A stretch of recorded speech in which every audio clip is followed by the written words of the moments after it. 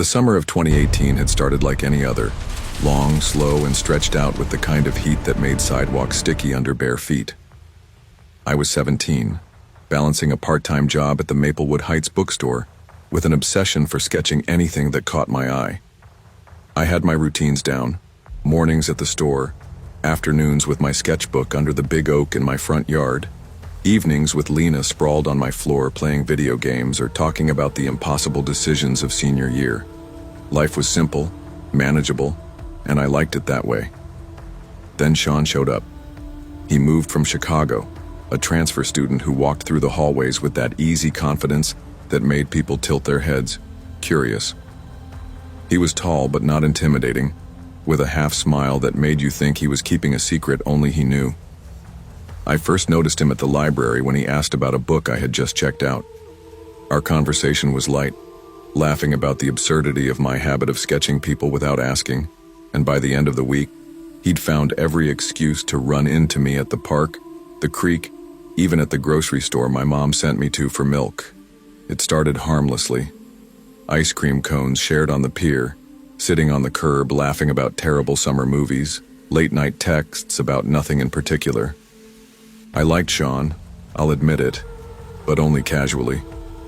I wasn't looking for drama or heartbreak. I had my future mapped out, my sketchbook filled with dreams, and Lena by my side as my safe harbor. But by August, the easy warmth of summer was starting to shift. One evening, I sat on the front steps with him as the sun dipped behind the rooftops. "I want more than just summer," he said, voice soft but insistently urgent. "I want you, not just these hangouts." My chest sank. I cared about him, sure, but I had plans, priorities. I told him we should keep things casual. He didn't take it well. His smile faltered, and the playful tone I loved was gone. "You don't mean that," he muttered. His hands fidgeted with the strap of his backpack, jaw tight. "I can make this work. I know you feel it too."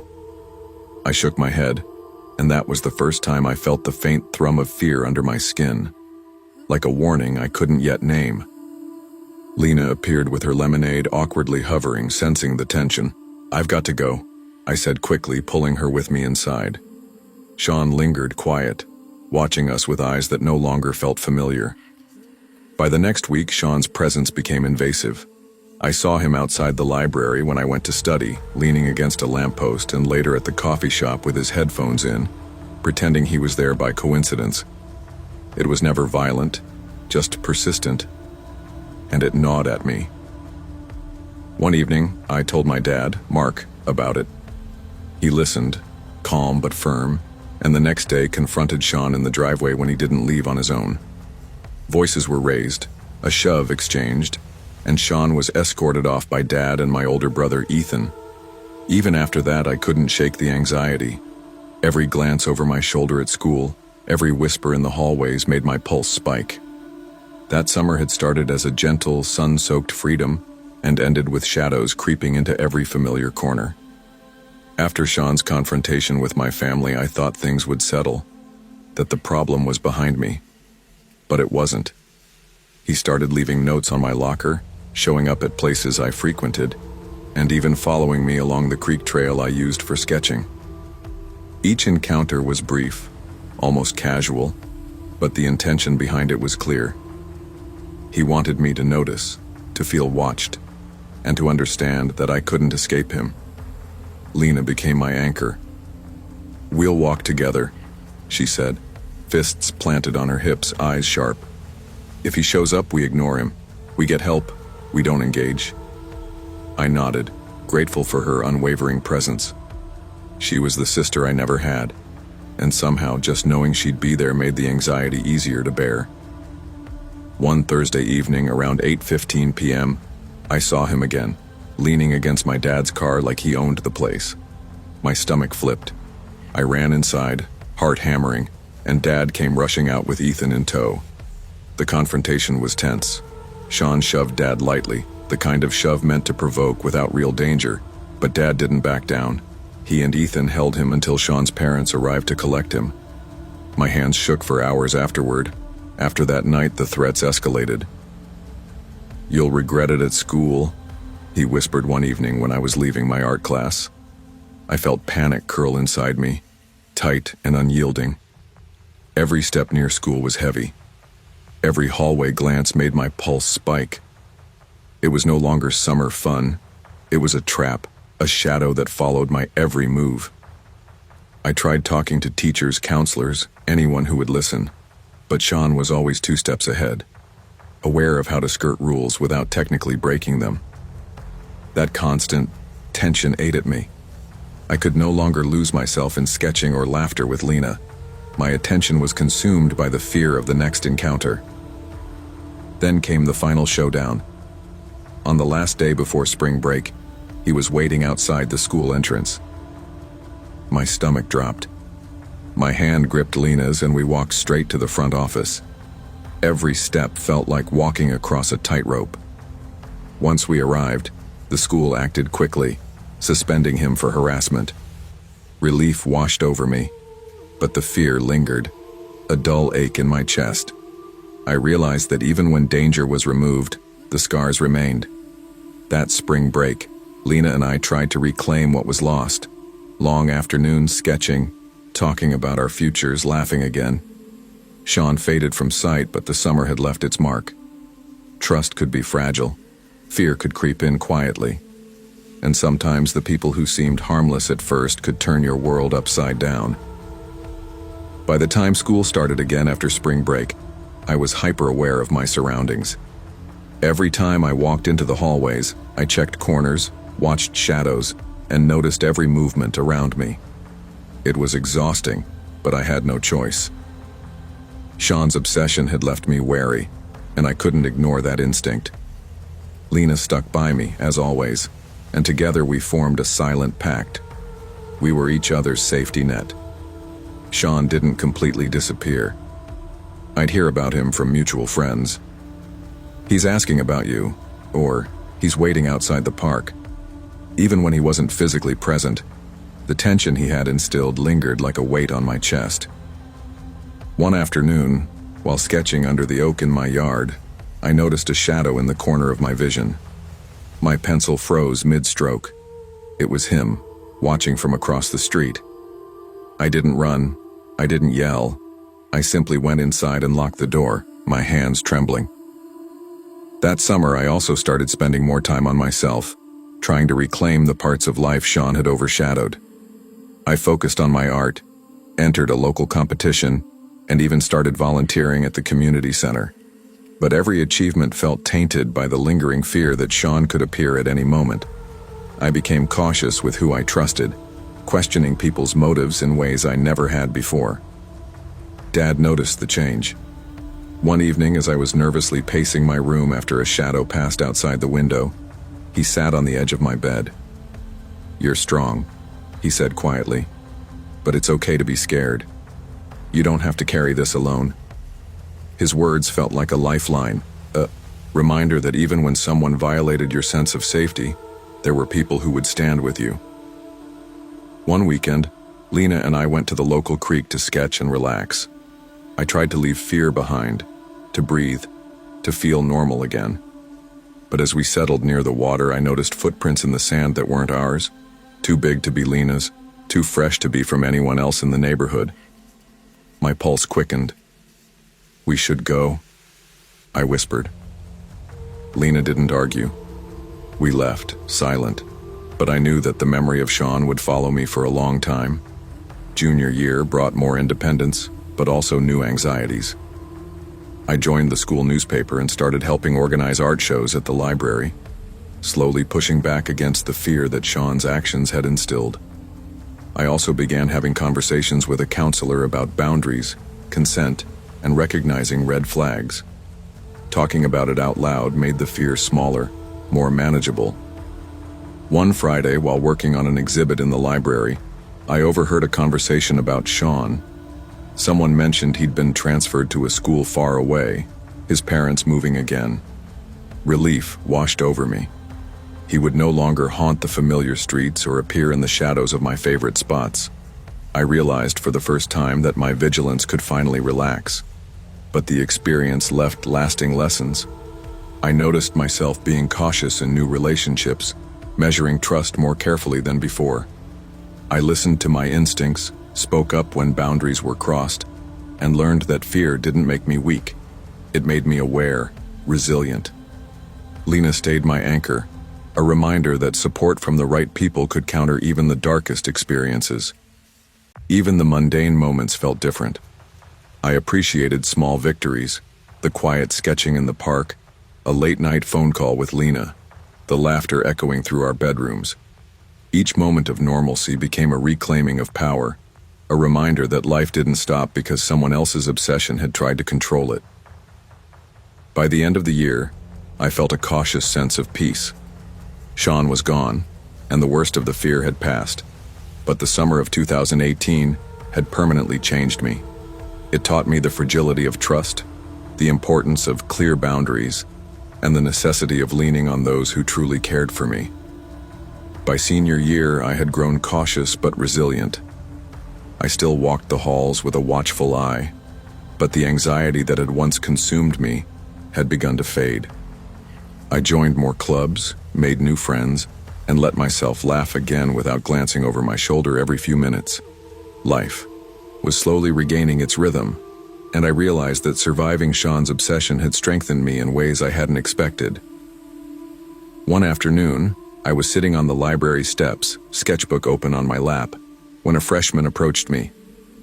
"Hey, can you help me with this drawing?" she asked nervously. She reminded me of myself at that age, eager, a little unsure, trusting too easily. I smiled and nodded, feeling a strange sense of pride. I could guide her, teach her what I had learned about boundaries, about trusting instincts, and about standing up for herself. That summer, I attended the community art show with Lena. As we walked past the displays of vibrant paintings and sculptures, I caught my reflection in the glass and saw someone who had endured something frightening and come out stronger. The fear I had carried like a shadow was no longer in control of my life. I had learned to reclaim my time, my space, and my peace.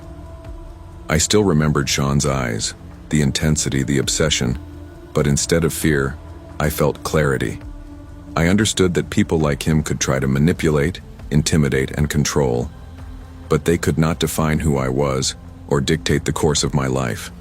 My trust was precious, and I would give it only to those who proved themselves trustworthy.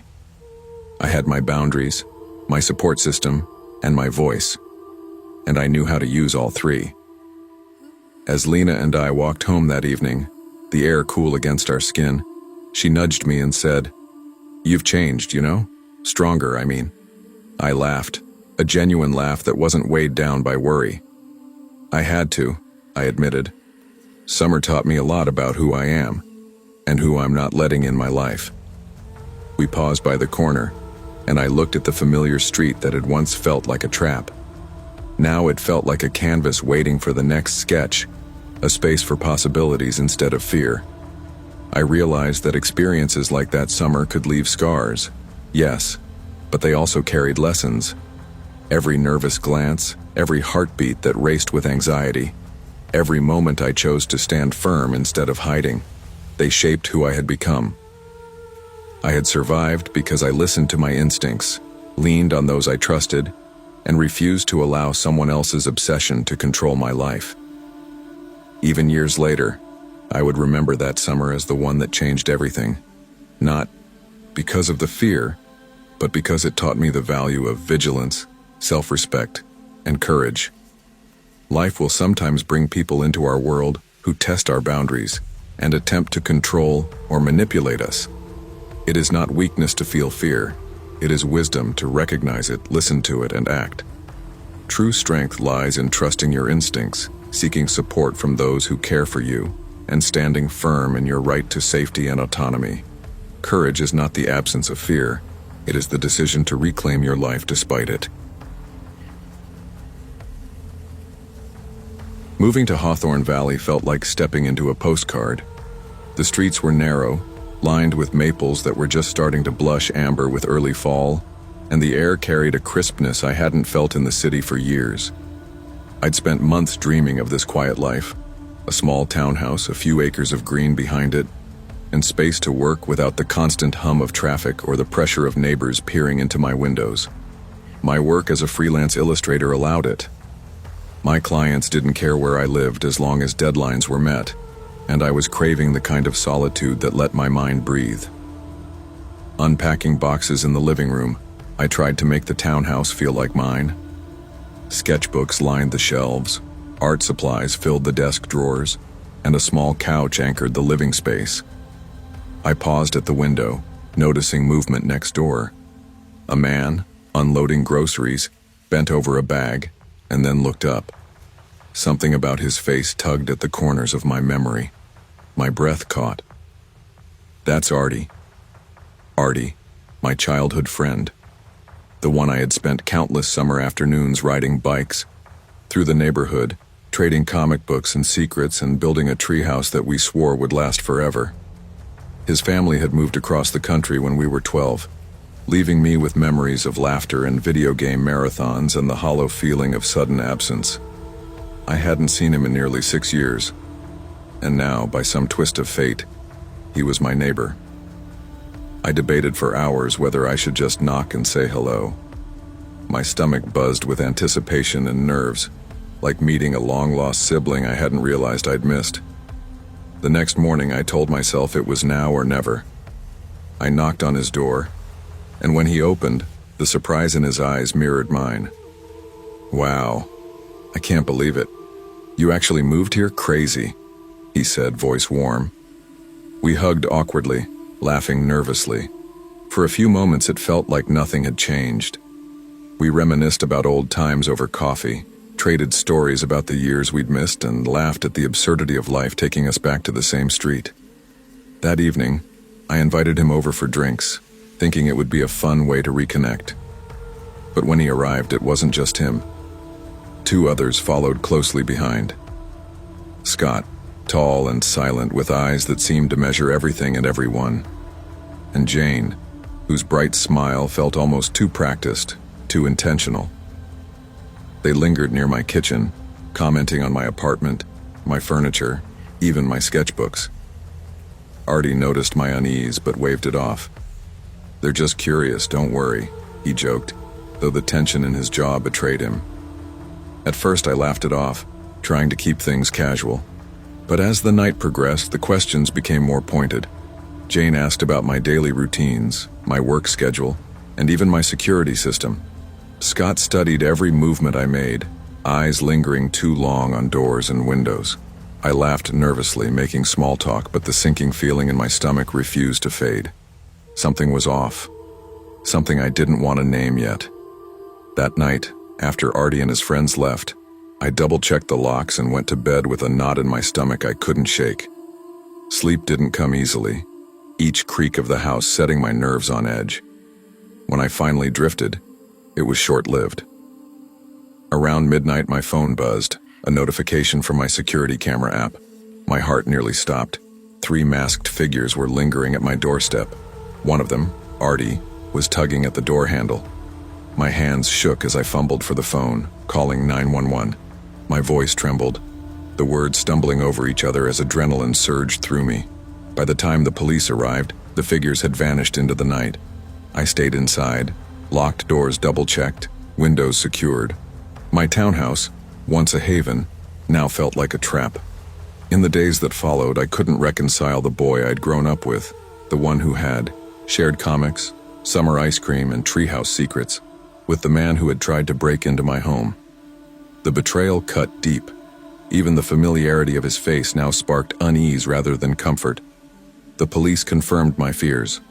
Artie, Scott, and Jane were connected to a series of home invasions in the area. The sense of violation settled in slowly but firmly. I couldn't trust the memories of my childhood friendship to outweigh the reality of his dangerous choices. For weeks, I couldn't sleep properly. Every knock, every rustle outside triggered panic. I called Lena, my best friend from childhood, who lived hundreds of miles away almost daily. She reminded me to breathe, to be cautious, but not let fear completely control my life. Slowly, I began installing extra security measures, cameras covering every angle, double locks, reinforced doors.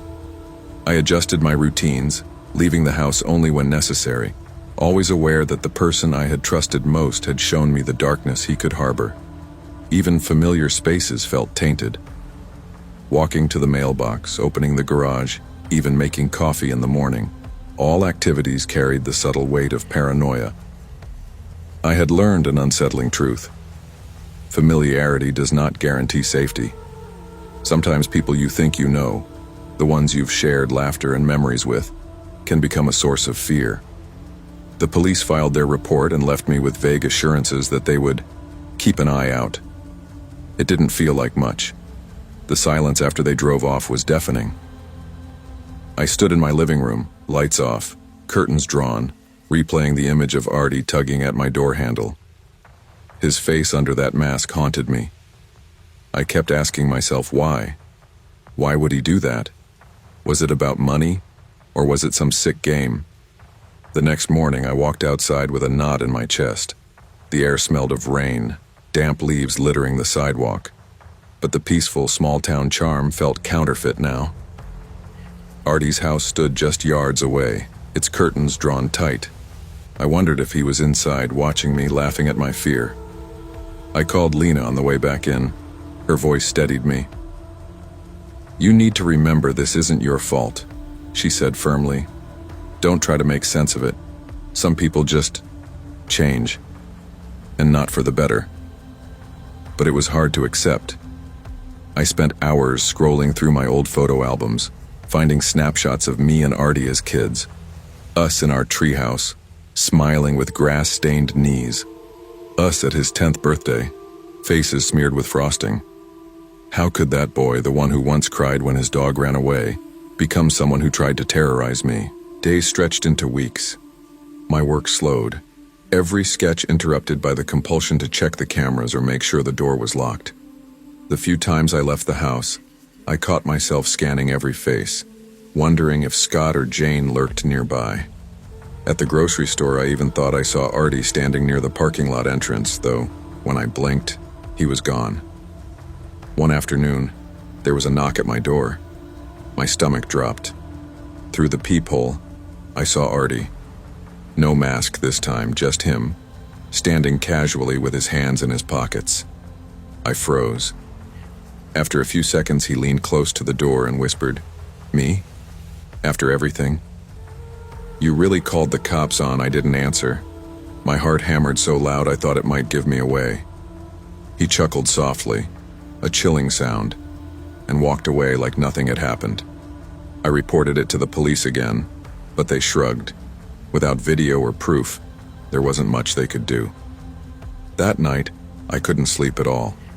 I sat on the couch with a baseball bat across my lap, staring at the door. Every shadow seemed alive. Every creak of the floorboards felt like an intruder sneaking inside. I realized then that safety was more than locks or cameras. Safety was the absence of fear, and fear was all I had left. By late October, Hawthorne Valley had lost its charm entirely. The leaves were nearly gone from the trees, leaving bare branches clawing at the sky. My once ideal townhouse now felt like a bunker. The weight of betrayal pressed on me constantly. I kept asking myself if I had missed warning signs in Artie's behavior. Had he always been capable of this even as a child? Or had life twisted him into someone unrecognizable? I poured my anxiety into work, sketching darker pieces than I ever had before. My illustrations carried shadows and distorted faces, windows with figures lurking behind them, doors cracked open. My clients praised the intensity, unaware that the inspiration came from real fear. One cold evening, Lena called me on video chat. She could see the strain on my face, the dark circles under my eyes. "You can't live like this forever," she said. "Either you move again, or you stand your ground. But you can't keep waiting for him to show up." "I don't want to run," I admitted, voice cracking. "If I move every time something happens, then fear wins. But I also don't feel safe here. I don't feel safe anywhere." She thought for a moment before answering. "Then maybe the lesson isn't about running or fighting.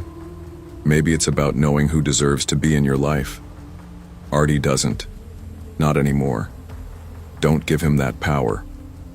Her words stuck with me. For the first time in weeks, I realized that my battle wasn't just with Artie. It was with the memory of who I thought he was. I had to stop clinging to the boy I remembered and face the man he had become. A few days later, police arrested Scott and Jane for attempting another break-in across town. Their mugshots were splashed across the local news. Artie wasn't mentioned, but I knew he was involved. Seeing their faces on the screen made something shift inside me. These weren't mysterious shadows anymore, they were criminals. Flawed, human, and caught. That night I slept for 6 uninterrupted hours for the first time in months. Not because the danger was gone, but because I finally understood something vital. The person I had once trusted was gone. Artie wasn't my friend anymore, and holding on to that illusion only gave him more power over me. When I woke up the next morning, I opened the curtains wide and let the sunlight flood in. I wasn't healed, not fully, but I was done hiding. Winter came early to Hawthorne Valley. Frost painted the rooftops in the mornings, and the air carried the sharp scent of wood smoke from chimneys. The town looked quiet, almost idyllic again, but I no longer viewed it with the same innocence I had when I first moved in. Every streetlight, every alley, carried a different weight now. By December, life had taken on a rhythm again. I worked on projects during the day, bundled up for short walks, and spoke with Lena every evening. The fear hadn't vanished completely, but it no longer ruled me. Instead, it lingered at the edges, a reminder rather than a master. Then one evening, just after 7, I heard footsteps outside. I froze, staring at the door, waiting. A soft knock followed. Against my better judgment, I peered through the peephole. It was Artie again. He wasn't masked this time, wasn't smirking like before. He just stood there, shivering slightly, his breath fogging in the cold air. "Open up," he said quietly. "I just want to talk." Every muscle in my body screamed to stay silent, but something inside me, curiosity, maybe stubbornness, kept me frozen in place, listening. "I didn't mean for things to go like this," he continued, glancing over his shoulder. "It wasn't supposed to get that serious. Scott and Jane, they pushed me into things, but you were supposed to understand me. We were friends, don't you get that?" My chest tightened. For a brief moment I saw flashes of the boy I had known, the kid who had once sworn we'd never let life pull us apart. But the man outside my door wasn't that boy anymore. He was dangerous, manipulative, and desperate. I whispered to myself, "Don't answer." He knocked again, harder this time. Me that much. "You owe me at least a word. After all these years, you owe." I stepped back from the door. My silence was the only answer I had left. After a long pause, he cursed under his breath and stormed off into the night. That was the last time I saw him in person. A week later, word spread through town that he'd been arrested with Scott and Jane, this time caught red-handed attempting to break into another home. Seeing his mugshot online was surreal. The familiar face, framed by harsh lighting and a blank wall, felt like the final confirmation that the Artie I had known was gone. The news should have made me feel vindicated, maybe even triumphant. But mostly, I felt tired. Tired of the memories, tired of the fear, tired of the confusion. It was like grieving someone who was still alive. When the first heavy snow fell in January, I stood at my window and watched it cover the street, softening everything. For the first time since moving to Hawthorne Valley, I allowed myself to exhale fully. Life wasn't safe in the way I had imagined it would be, but it was real, and I could live with that. Trust is a fragile thing. It can be built over years but shattered in a single night. What I learned from Artie wasn't just about betrayal or fear. It was about the importance of listening to my instincts and accepting when people show you who they truly are. Familiarity is not the same as safety, and sometimes the hardest lesson is letting go of the past version of someone you once loved or trusted. In the end, the neighbor I thought I knew wasn't really my neighbor anymore.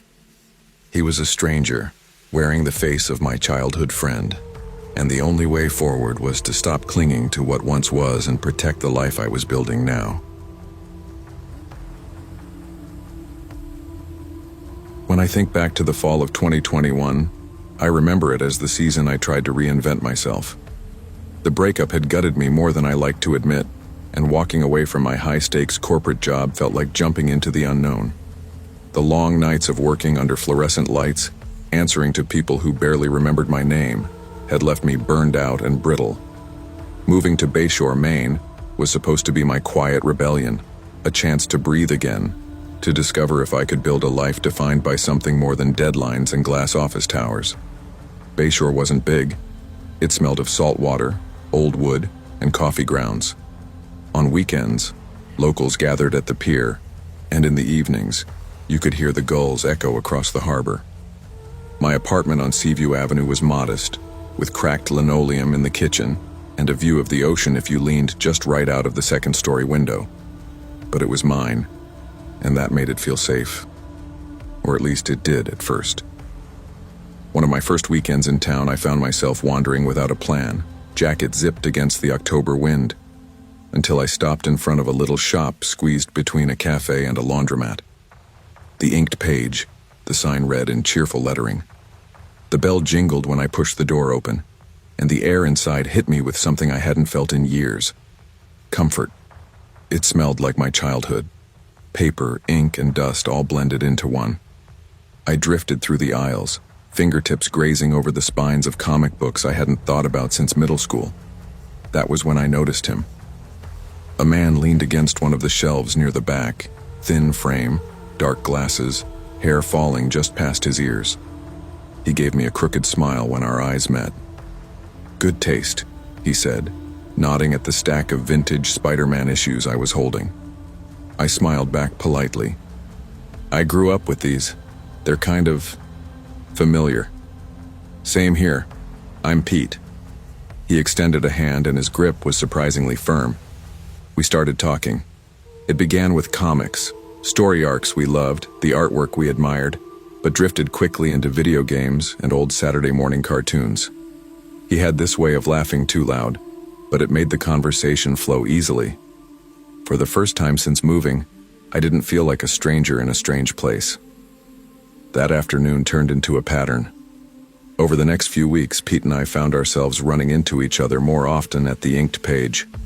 Sometimes he'd join me for coffee after. Other times we'd linger in the store until closing, talking about retro games or the way modern superhero movies butchered the classics. He was attentive, always leaning in when I spoke, echoing my thoughts back to me like he understood better than anyone. At first, it felt harmless. After the loneliness of starting over, it felt good to have someone who shared my interests and seemed to genuinely enjoy my company.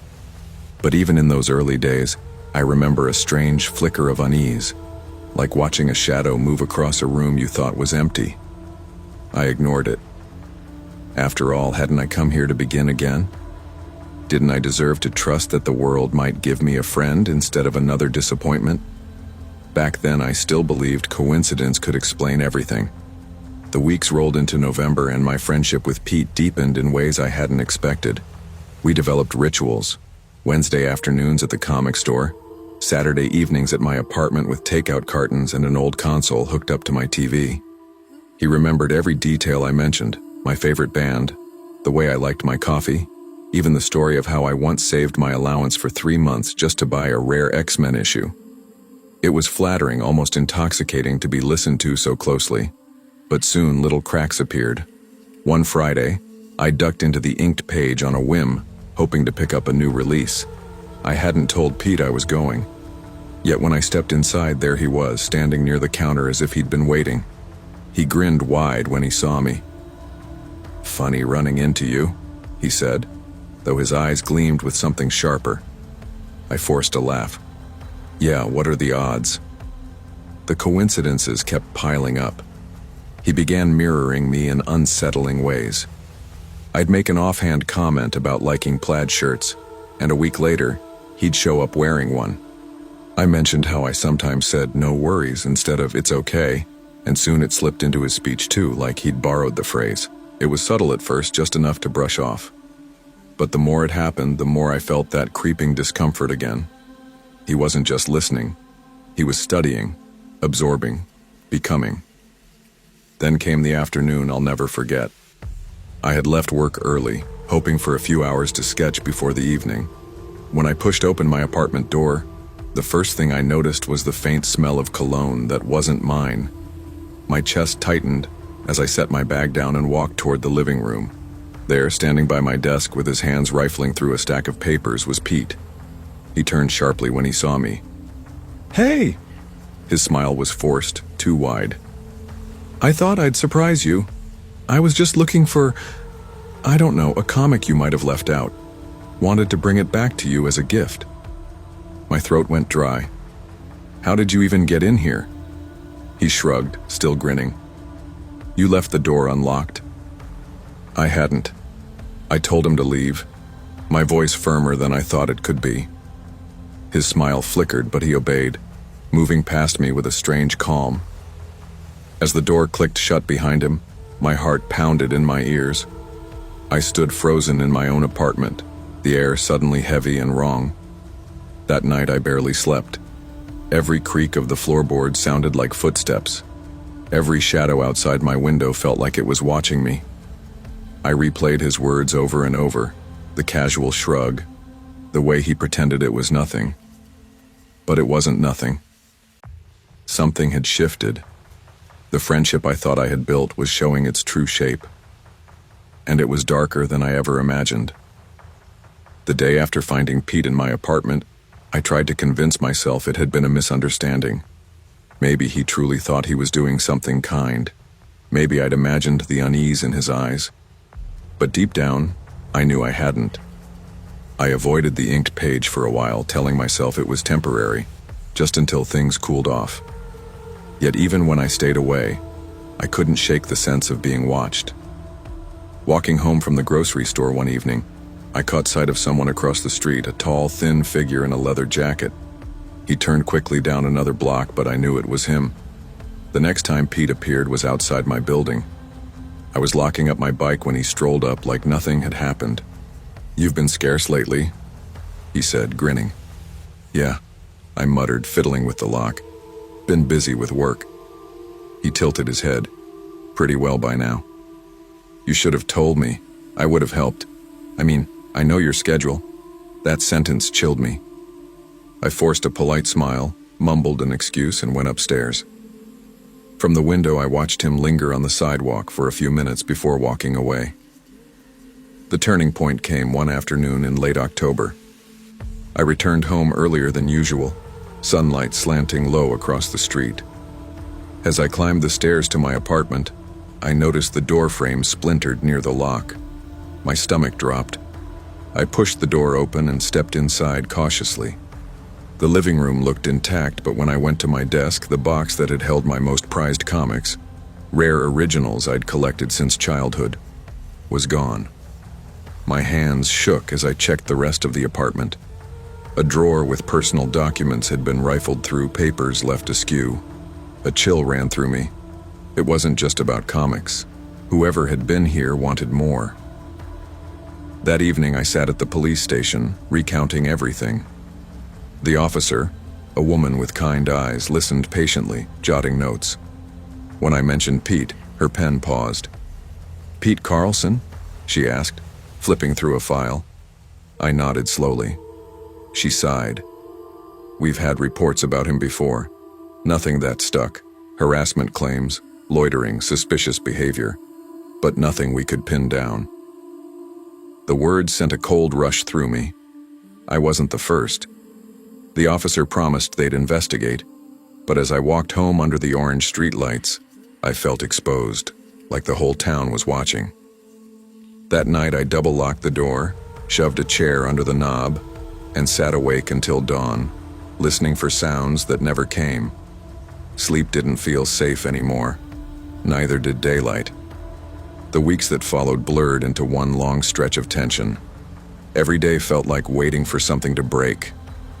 I installed new locks, bought a cheap security camera, and kept my curtains drawn. Still, I couldn't relax. Pete texted me constantly, messages ranging from casual jokes to unnerving declarations. You can't just cut people out like that. I know you miss hanging out. We were meant to understand each other. I didn't respond, but silence only seemed to fuel him. One night around 2 a.m., my phone buzzed with a picture message. My heart pounded as I opened it. The photo showed the view of my apartment building taken from across the street. The caption read, "Still awake?" My stomach flipped. I called the police immediately. They arrived within 20 minutes, lights flashing outside my window.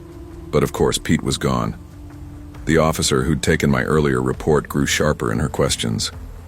"You need to consider a restraining order," she said firmly. "This isn't just about stolen property anymore." Filing the paperwork was surreal. The courthouse smelled of disinfectant and old wood, and the clerk barely looked at me as I described the harassment. A part of me still clung to disbelief. This was Pete, the guy who'd laughed with me over pizza boxes, who'd remembered every story I told. How had it come to this? The restraining order went through within a week, and for a short while things seemed calmer. I walked to the harbor again, let the ocean air clear my head. I even returned to the inked page, though I felt eyes on me the whole time. But calm never lasted. One evening, I returned home to find a plain envelope slipped under my door. Inside were photocopies of documents, my bank statements, my ID, even a draft of an illustration contract I'd left on my desk weeks earlier. A note scrawled across the to read, "You shouldn't have locked me out."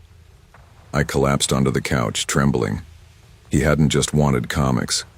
He wanted access to me, to my life, piece by piece, until there was nothing left I could keep private. That night, I packed a small bag and drove to a motel on the edge of town. I couldn't stay in my apartment, not knowing he'd been inside, not knowing what else he might try. From the motel bed, staring at the stained ceiling tiles, I realized the truth I'd been avoiding. Pete wasn't a friend, not even a misguided one. He was a predator, and I had been too willing to let him close.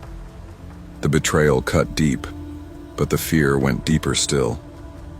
The motel walls felt thin, every sound amplified through the plaster. I could hear a couple arguing in the next room, footsteps overhead, cars passing on the highway outside. Sleep came, in short bursts broken by the thought of Pete standing at my door, slipping envelopes into my apartment, watching from across the street. The police followed up after I called from the motel, and an officer met me the next morning. He told me they had linked Pete to other reports in the area, unauthorized entries, missing items, and threatening behavior. He wasn't just some awkward comic enthusiast who had crossed a line. He had a pattern. That knowledge gave me a strange mix of relief and dread. Relief that it wasn't all in my head. Dread because it meant he was practiced at this, and people like me had been targets before. For a week, I lived out of that motel room, working on my illustration jobs by day and scanning parking lots by night. I barely spoke to anyone except Lena, who called constantly from Boston. Her voice was the tether keeping me from unraveling. "You can't let him take your home from you," she told me firmly one night. "You'll get stronger out of this, I know it." "He doesn't get to do," her conviction steadied me. The breakthrough came when the police called to tell me Pete had been arrested. They'd caught him attempting to break into another apartment across town. When they searched his belongings, they found my comics, my photocopied documents, and even a notebook filled with unsettling notes about me, where I shopped, when I left for work, the people I spoke to. Reading the list later in the police report made my skin crawl. He had been documenting me, as if I were a character in one of the comics we once bonded over. The arrest didn't erase the fear immediately, but it gave me space to breathe. I moved back into my apartment slowly, one night at a time, each evening a test of courage. I replaced every lock, added cameras at both entrances, and let friends crash on my couch until I felt steady again. There were nights when I'd wake up convinced I heard footsteps outside, heart hammering in my throat, only to find nothing but the hum of the streetlights. I carried the weight of it for months, the knowledge that someone I trusted had mapped out my life with such precision. Eventually, I returned to the inked page, though it took all my courage. The owner, who had heard about what happened, offered me a quiet nod and a cup of coffee on the house. It was a small gesture, but it reminded me that not everyone hides sharp edges behind familiar smiles. Life didn't return to what it was before Pete. It couldn't. But slowly, I rebuilt a version of it I could live with. I kept drawing, filling sketchbooks late into the night. I walked to the harbor, letting the sound of waves settle my mind. I allowed myself to trust again, though with more caution, more questions, more patience. The shadow of betrayal lingered, but so did the lesson it carved into me. Trust can be dangerous, and sometimes the people who look like salvation carry the sharpest knives. What I learned through Pete was not just about fear or betrayal, but about boundaries. Loneliness can make us open doors too quickly, and shared interest can trick us into believing we've found safe ground. But trust must be earned, not granted at the first spark of connection. It isn't paranoia to protect your space, it's survival. Pay attention to the signs, the small slips in behavior, the moments that tighten your chest. Believe them, because not every smile masks kindness, and not every friend from the comic store means you well. Sometimes the truest strength is knowing when to lock the door and walk away. Moving into Graymore felt like stepping into another world. After years of deadlines, fluorescent office lights, and a calendar that left no space to breathe, I craved stillness. Graymore had that in spades.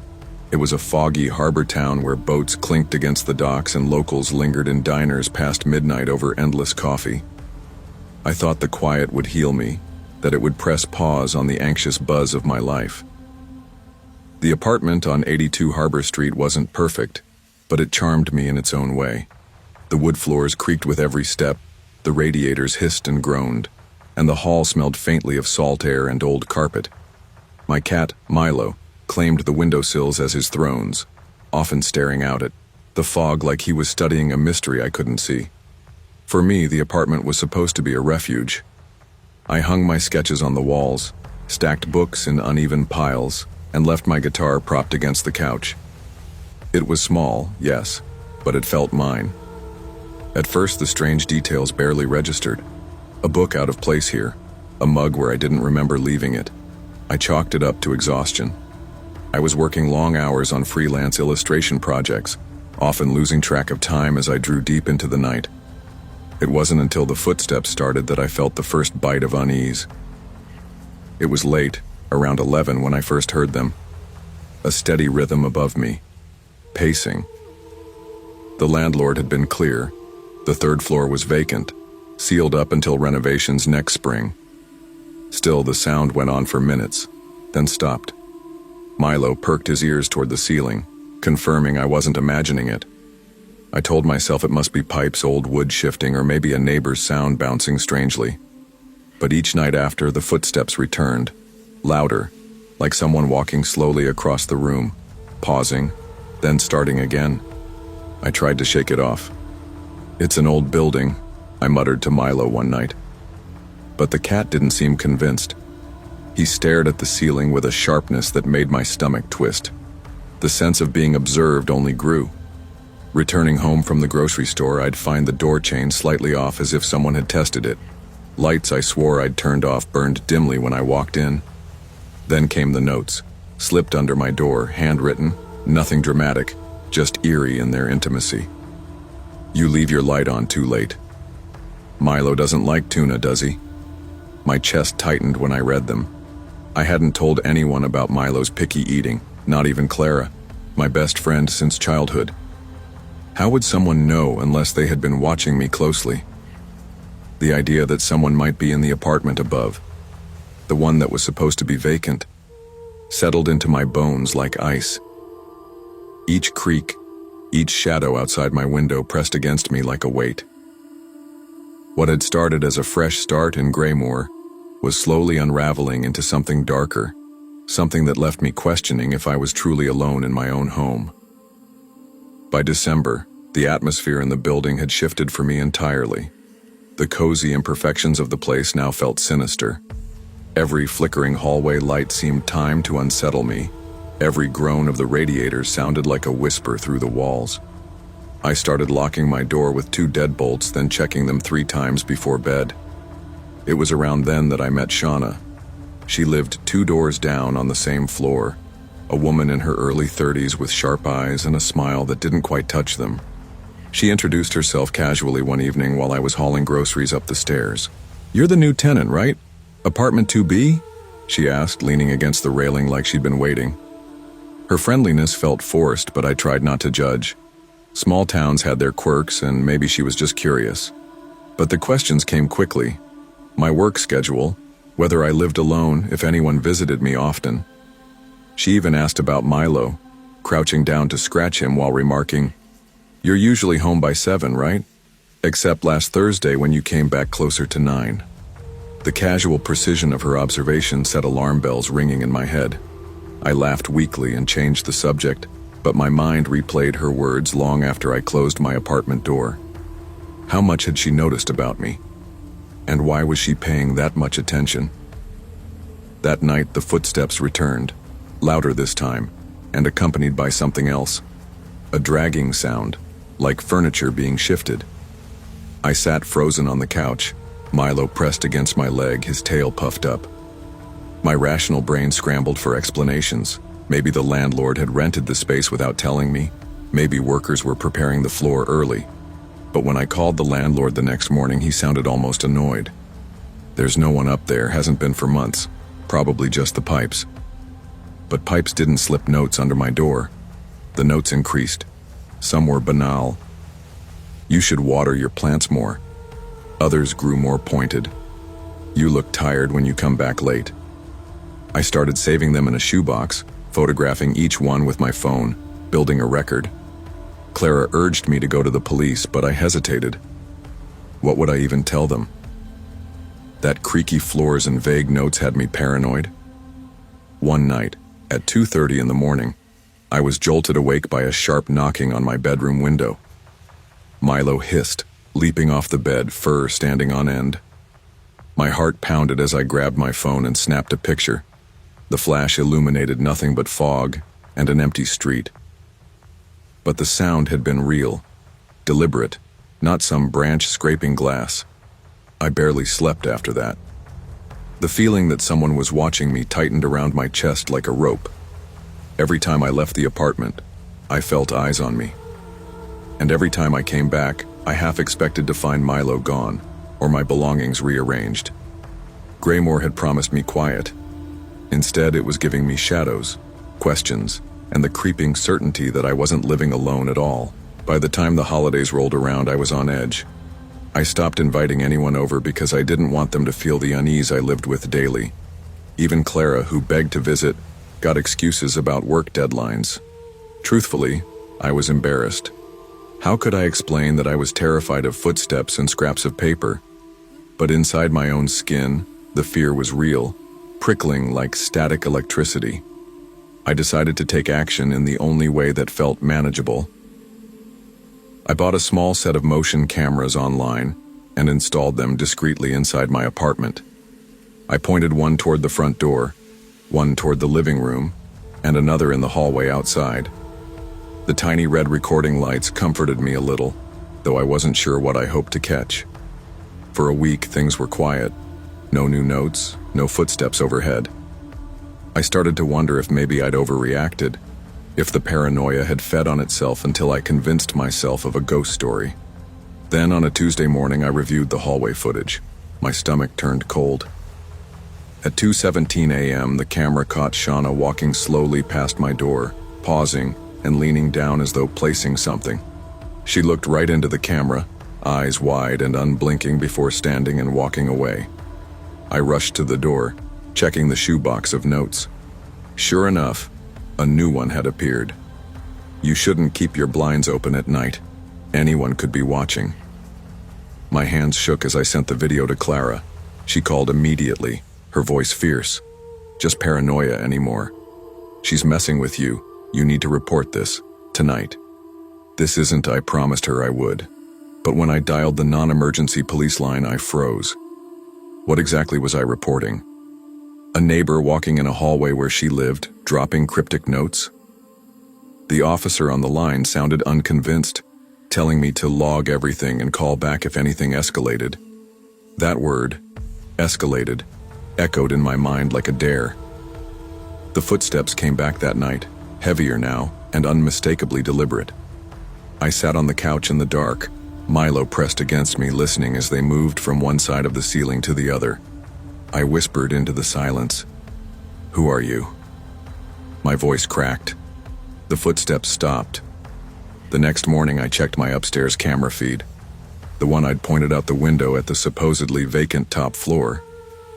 At 3:04 a.m. the lens caught movement, a shadowy figure pulling back one of the third-floor curtains, just slightly, then letting it fall. That was when it hit me. Someone was living up there. Not a ghost, not my imagination. Someone. And Shauna knew about it. I couldn't shake the image of that curtain moving. It played over and over in my head as I tried to work, my sketches of characters and landscapes turning jittery with unease. Clara urged me to get out of the building for a while, maybe stay with her a few towns over, but stubbornness rooted me in place. This was my apartment. I wasn't going to be pushed out by whoever was haunting the floor above me. Still, I couldn't stay passive. That night, I decided to test a theory. I set a glass bottle on the top stair leading up to the third floor, just inside the stairwell door that was supposed to remain locked. If anyone came or went, the bottle would topple and shatter. Around midnight, I lay in bed wide awake, Milo curled at my feet. The sound came, a faint clink, then a crash. My heart pounded as I crept into the hallway, phone flashlight cutting through the dark. The bottle lay broken, glittering shards on the landing, and from the shadows above came the unmistakable sound of breathing. Slow, steady, patient. "Who's there?" I called, trying to sound braver than I felt. The breathing stopped. A door creaked shut overhead. I bolted back to my apartment and deadbolted the door, shaking so hard I almost dropped my phone. My first call was Clara, who stayed on the line until I calmed down enough to make the second call, to the police. This time, they came. 2 officers swept through the building with flashlights, checking the supposedly vacant unit. They found signs of someone living there, a mattress on the floor, food wrappers, a backpack shoved in the corner, but no person. Whoever it was had slipped out before they arrived. When the officers asked if I had any idea who it could be, my mind went immediately to Shauna. Her strange questions, her late-night prowling, her eerie calm when she spoke about my schedule. It all pointed back to her. But I didn't say her name. Not yet. Fear kept my lips sealed. The police boarded the upstairs unit, warning me to stay cautious. But the next day, Shauna knocked on my door. Her smile was wide, her eyes bright. "You called the cops," she said softly, almost teasing. I swallowed hard, Milo hissing at her feet. "Someone was living up there. You knew." She tilted her head, like a teacher humoring a child. "Interesting enough to be here. And you are. So interesting. I just wanted to make sure you were." The way she said it sent a shiver straight through me, and in that moment I knew the nightmare wasn't over. It was only just beginning. I didn't sleep that night. Every creak of the building made my nerves snap taut. Every shadow felt alive. Milo paced restlessly, his tail puffed, sensing the tension that thickened the air. I sat on the couch with a baseball bat I'd borrowed from Clara years ago, my phone clutched in the other hand. The police had sealed the upstairs apartment, but I couldn't shake the image of Shauna standing in my doorway, smiling as though she knew more than anyone else in the world. Her words echoed over and over. So interesting. I wanted to believe it was just taunting, some cruel way to feed off my fear, but part of me couldn't help wondering, had she been living up there herself, or was she covering for someone else? 2 nights later, around 1:30 a.m., I heard the footsteps again. Louder, pacing, back and forth directly above me like a predator circling prey. I dialed Clara, whispering into the phone. It's happening again. I can hear them. They're back. Get out, she urged. Right now. Don't wait for the cops. Just grab Milo and leave. But stubbornness or maybe stupidity held me in place. I wanted proof. I wanted answers. With the phone in one hand and the bat in the other, I crept into the hallway. The stairwell door to the third floor, supposedly boarded shut, was cracked open. My chest seized as I pushed it wider. The boards were gone. My breath caught. I lifted the bat higher, stepping slowly up the stairs. At the top, the door to the vacant apartment hung ajar. I pushed it with the tip of the bat and it swung open, revealing the dim, sour smell of unwashed clothes and rotting food. A thin mattress lay on the floor, blankets scattered, and on the wall, scrawled in marker, was a sentence that froze the blood in my veins. You look most alive when you're afraid. I stumbled back, nearly tripping over Milo, who had followed me despite my attempts to keep him inside. My phone buzzed in my hand. Clara shouting through the line, "What's happening? Talk to me." But before I could answer, I heard it.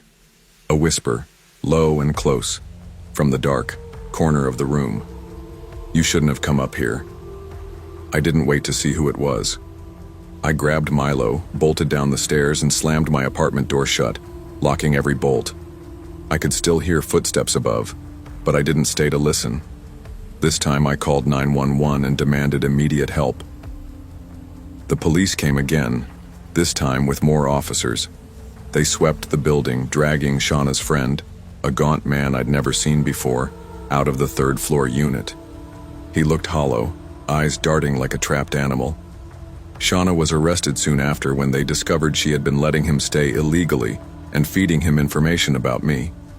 Watching them haul her away, her smile never fading, was the most unnerving sight of all. She looked directly at me and mouthed, "See you soon." I moved out within a week. Clara helped me pack while Milo stayed curled in his carrier, as if he too was ready to escape. The cozy apartment I once thought would be my refuge had become a cage of paranoia and dread. Even now, in a new place far from Graymore, I double-check every lock, glance at every shadow, and listen for footsteps that may or may not be there.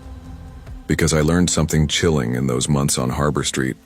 Sometimes the walls around you don't protect you.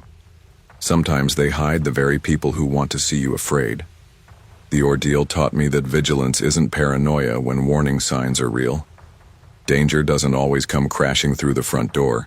It can slip quietly into your life, wearing the face of a friendly neighbor or hiding just a floor above.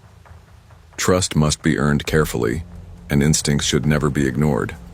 Fear may feel like weakness, but in truth, it's often the first and strongest signal that something is wrong. Listening to it can mean the difference between being a victim and finding the strength to survive. Looking back, the loft apartment above the bookstore seemed like the perfect place to rebuild my life. It was October 2018, a Portland autumn in full swing, the streets damp and glistening under streetlights, the air heavy with the scent of pine and coffee. The apartment itself was nothing grand: creaky wood floors, a slanted ceiling that leaked cold air, and a single skylight that rattled during storms. But it had character, and in that character, I saw a chance for a new beginning.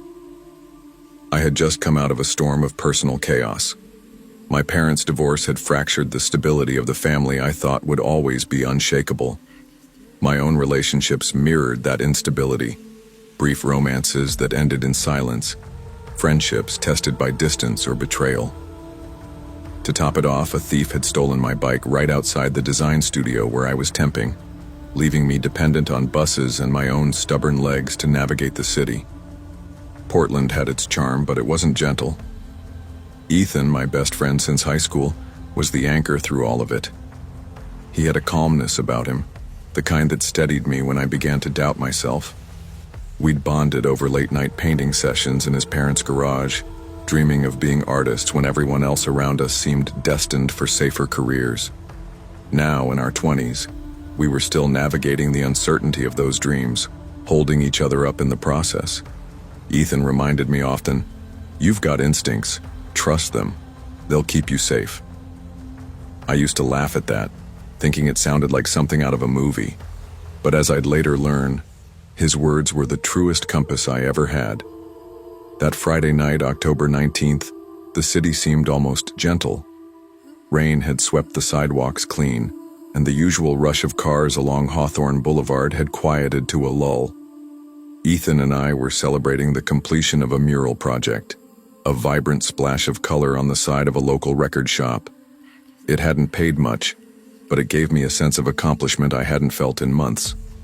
We found ourselves at the Copper Lantern, a bar tucked between two antique shops. Inside, the lighting was soft, golden, and almost dreamlike, casting long shadows across wood-paneled walls. Ethan ordered his whiskey neat. I settled for cider, savoring the warmth it brought against the chill outside. We toasted to survival, to art, and to the stubborn resilience that kept us both from giving up on the city or ourselves. That's when I noticed her. She was seated at a corner table, her posture straight yet relaxed, sketchbook open in front of her. Auburn hair fell in loose waves, catching the light each time she tucked it behind her ear. She wasn't drawing anything grand, just tracing over the fibers of a napkin as though every detail mattered. Her eyes moved across the room like she was cataloging it, and for a moment they met mine. It wasn't a smile that passed between us, but something heavier, curiosity wrapped in caution. Ethan caught me staring and grinned. "She looks like the kind of trouble you'd actually enjoy." I laughed, brushing it off, but something inside me nudged. Maybe it was loneliness, maybe just curiosity, but I found myself walking over. Her name was Clara. Clara's voice was low, deliberate, with an ease that made me want to lean closer. She told me she was an interior designer, recently back from Chicago, where she had worked on boutique cafes and small art spaces. Her stories felt lived in, not rehearsed, though I noticed she often glanced toward the door like she was waiting for someone. "You're not from Portland, are you?" I asked, sipping my cider. "Born here, actually," she replied, twirling her pen between her fingers. "Thought I wanted something bigger. Turns out bigger isn't always better." But I left for a while. Ethan, never one to let me linger too long, wandered over and joined the conversation, teasing me about my mural work and overselling my talent in a way that made Clara laugh.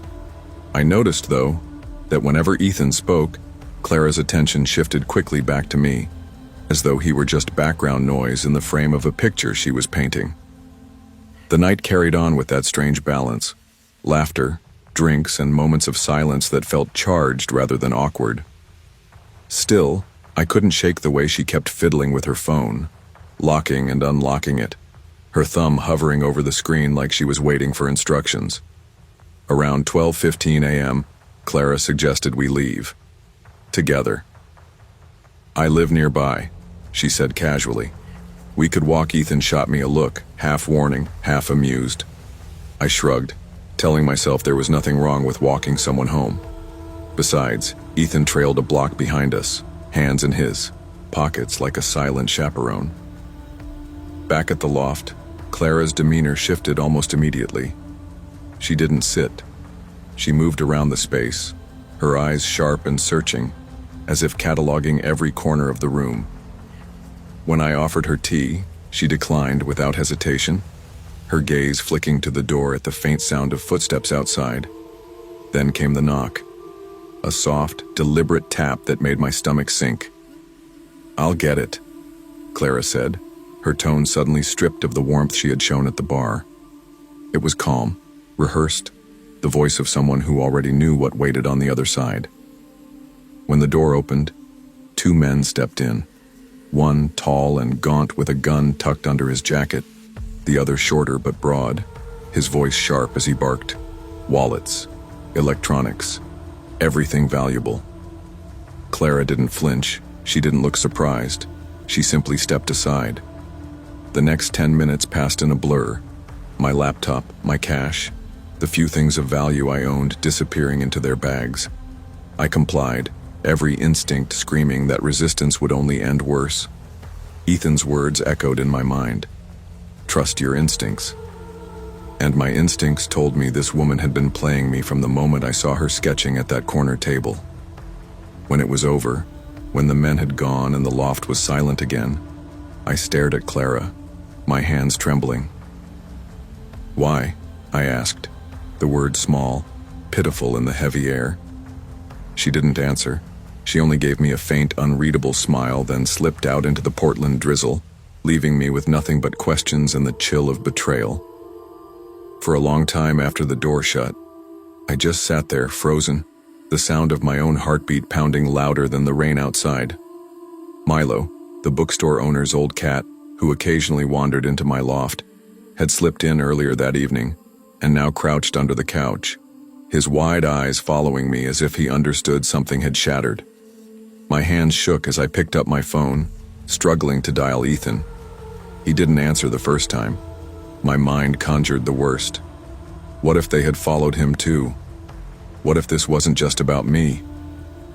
I tried again, and relief flooded when he picked up on the second ring, his voice groggy but alert. "Where are you?" I demanded, my words spilling out in a rush. "I'm outside. I saw them leave your building." His voice was clipped, angry, was off when you stopped texting back. I thought something. Minutes later, he was at my door, and when I opened it, the sight of him standing there, damp from the rain, fists clenched, broke the thin dam I'd been holding. My chest heaved with sobs I didn't expect, the kind that come from realizing just how close you've been to something far worse than theft. We called the police together, filing the report with voices that wavered between anger and disbelief. The officers asked for descriptions, for details, for anything that could lead them to Clara or the men she'd walked in with. I gave them everything I could, the auburn hair, the nervous glances at the bar, the way she seemed to know the knock was coming before it even happened. But even as I spoke, I felt the futility. Clara had orchestrated it too carefully. This wasn't a random act of desperation. It was planned, rehearsed. She had studied me, maybe even followed me before that night. The realization sent a shiver up my spine. Ethan stayed over that night. Neither of us slept much. Every creak of the building, every gust of wind against the skylight felt like an intrusion. I kept replaying the moments in my head. The smile she gave me when I first walked over to her table, the way she leaned into my stories, the false warmth. It wasn't just the theft, it was the deliberate dismantling of trust. The following days were a blur of paperwork, insurance claims, and tense conversations with my landlord, who didn't like the idea of strangers with guns storming into his building. I couldn't blame him. I no longer felt like I lived in my loft. I felt like I was squatting in a crime scene. It was Ethan who found the first clue.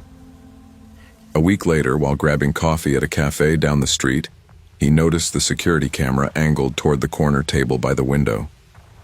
"That's where Clara was sitting," he told me, urging me to ask the manager if footage could be reviewed. The cafe owner, sympathetic after hearing my story, allowed us a look. And there she was.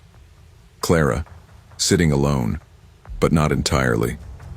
The footage showed her looking up every few minutes, eyes shifting toward the street. Then, almost too casually, one of the men who later stormed my apartment walked past the window. She tapped her phone immediately afterward. It confirmed what my gut already knew. I hadn't just been unlucky. I'd been targeted. The footage went to the police, but as weeks stretched on, no arrests were made. Clara disappeared into the city like mist in the morning. What lingered was the unease. Her absence somehow louder than her presence had been. By November, Portland was drowning in rain. The loft's skylight rattled constantly, keeping me awake most nights. I'd installed new locks, even a small camera above the door, but security measures didn't erase the memory of betrayal.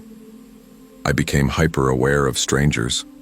On buses, I caught myself staring at reflections in the window, wondering if someone was watching me. At work, I jumped when co-workers entered the room too quietly. The world had turned into a theater of shadows, every figure a possible threat. Ethan noticed, of course. Coffee while I sat sketching aimlessly. "You can't live like this," he said one evening, handing me a mug of, "I know it's hard, but you can't let her win twice." "I can't even walk past the copper lantern without feeling sick," I admitted. "Corner of this city holds her fingerprints." "It's like every," he sighed, settling into the chair across from me. "It's about outlasting." Then maybe it's not about forgetting. Maybe it sounded cliché, but something in his tone stuck with me. Clara might have taken my belongings, my sense of security, but she didn't have to take the rest of my life. Still, letting go was harder than I thought.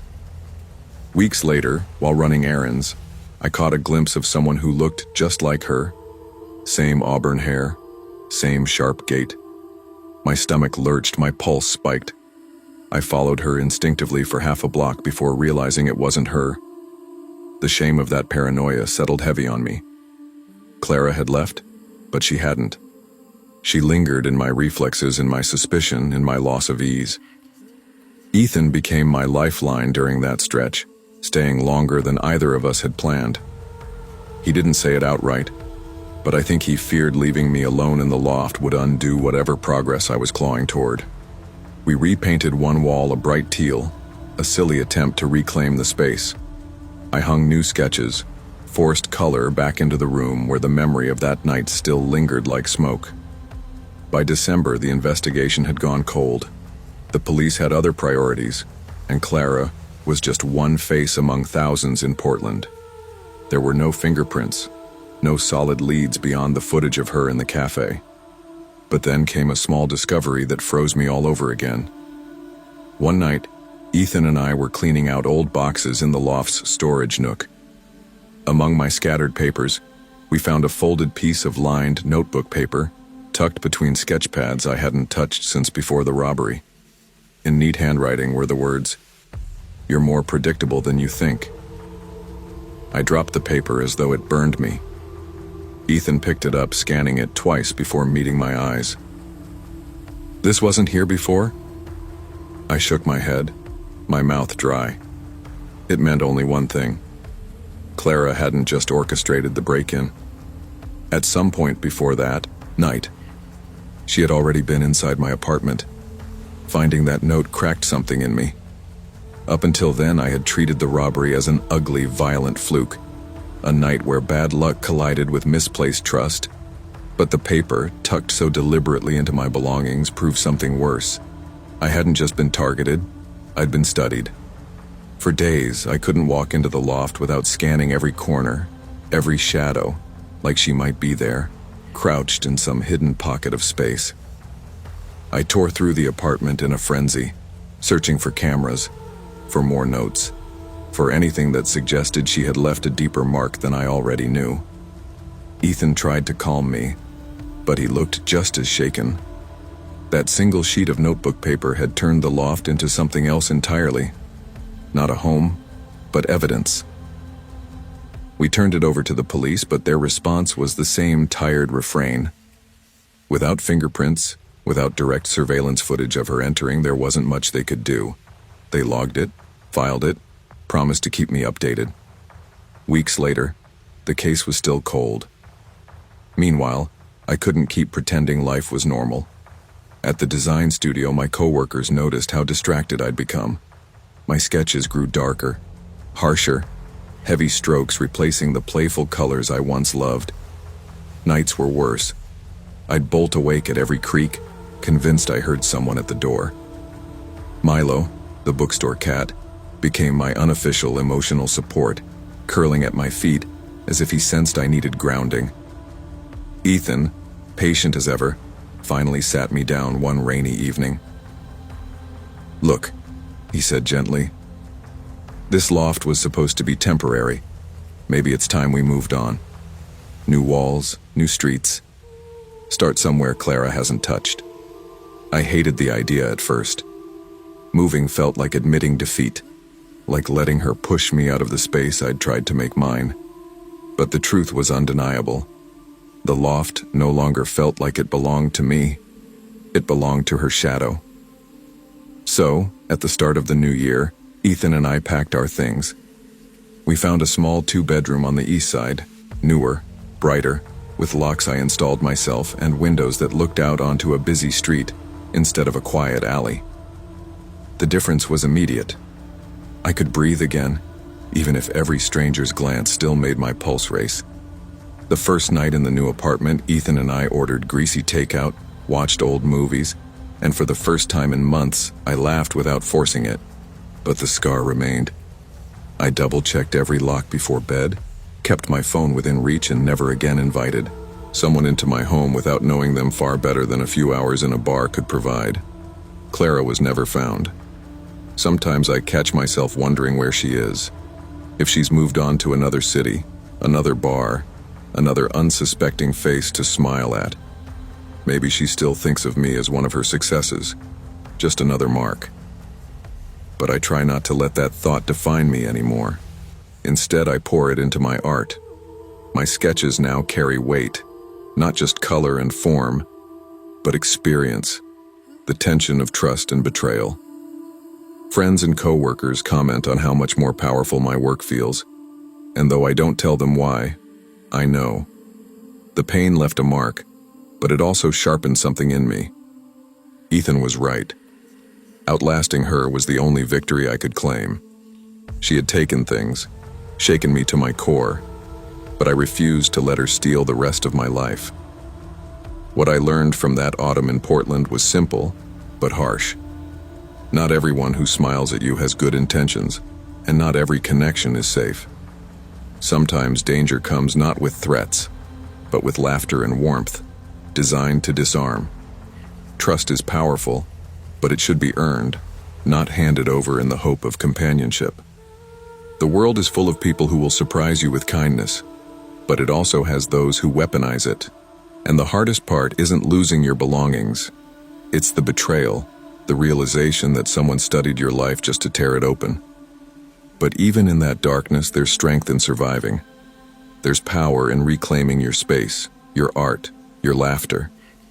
Betrayal may leave scars, but scars are proof that you endured, and that you can choose to live wiser, stronger, and more careful than before. Long before the fear set in, before the nights of pacing the floors with a bat in hand and shadows pressed against our windows, there was only the steady rhythm of friendship and the restless pulse of early adulthood. Liam and I had known each other since we were awkward middle school kids with braces and mismatched sneakers. He was the one who recorded every clumsy crush I confessed and every dumb stunt I pulled, storing them away like ammunition for the future. But he was also the first person who showed up when my parents fought. The one who sat with me in the driveway until the shouting inside quieted. By the summer of 2019, we were 21 and still tethered to each other. We rented half of a duplex on 34th Street in Minneapolis, a 2-bedroom place with peeling paint and a drafty kitchen window. It wasn't glamorous, but it was ours. I had just started my first full-time job at an architecture firm, stuck in the lowly role of junior designer, pushing paper more often than drawing. Liam was a freelancer, always with his camera, wandering the city and finding ways to make light bend to his will. He loved photographing alleys at dusk, strangers' faces and half-smiles, puddles that caught reflections no one else noticed. We were opposites in energy. My days were rigid, office hours, deadlines, late nights staring at spreadsheets of budgets instead of sketches. Liam drifted, following his instincts and returning at odd hours, the smell of rain or cigarettes clinging to his jacket. But we balanced each other. He pulled me out of my work tunnel. I pulled him back when he drifted too far. That June, my own life was weighed down by a breakup that had left me sleepless. My nights were restless, my brain stuck in rewind, revisiting every word I'd said wrong. Liam teased me for it, but underneath, he worried. He saw the insomnia carving into me, the way my appetite shrank, the way I lingered too long in silence. One night, June 17th, I dragged myself home from another 12-hour day, briefcase still clutched like a lifeline, and found him pacing in the living room. His camera bag was slung over his shoulder, lens cap dangling like a pendulum, swinging with his every step. His face was pale, his usual joking grin nowhere in sight. "You won't believe what happened today," he said, his voice tight. What now? I muttered, kicking off my shoes. He hesitated, eyes darting toward the window. I think someone's been following me.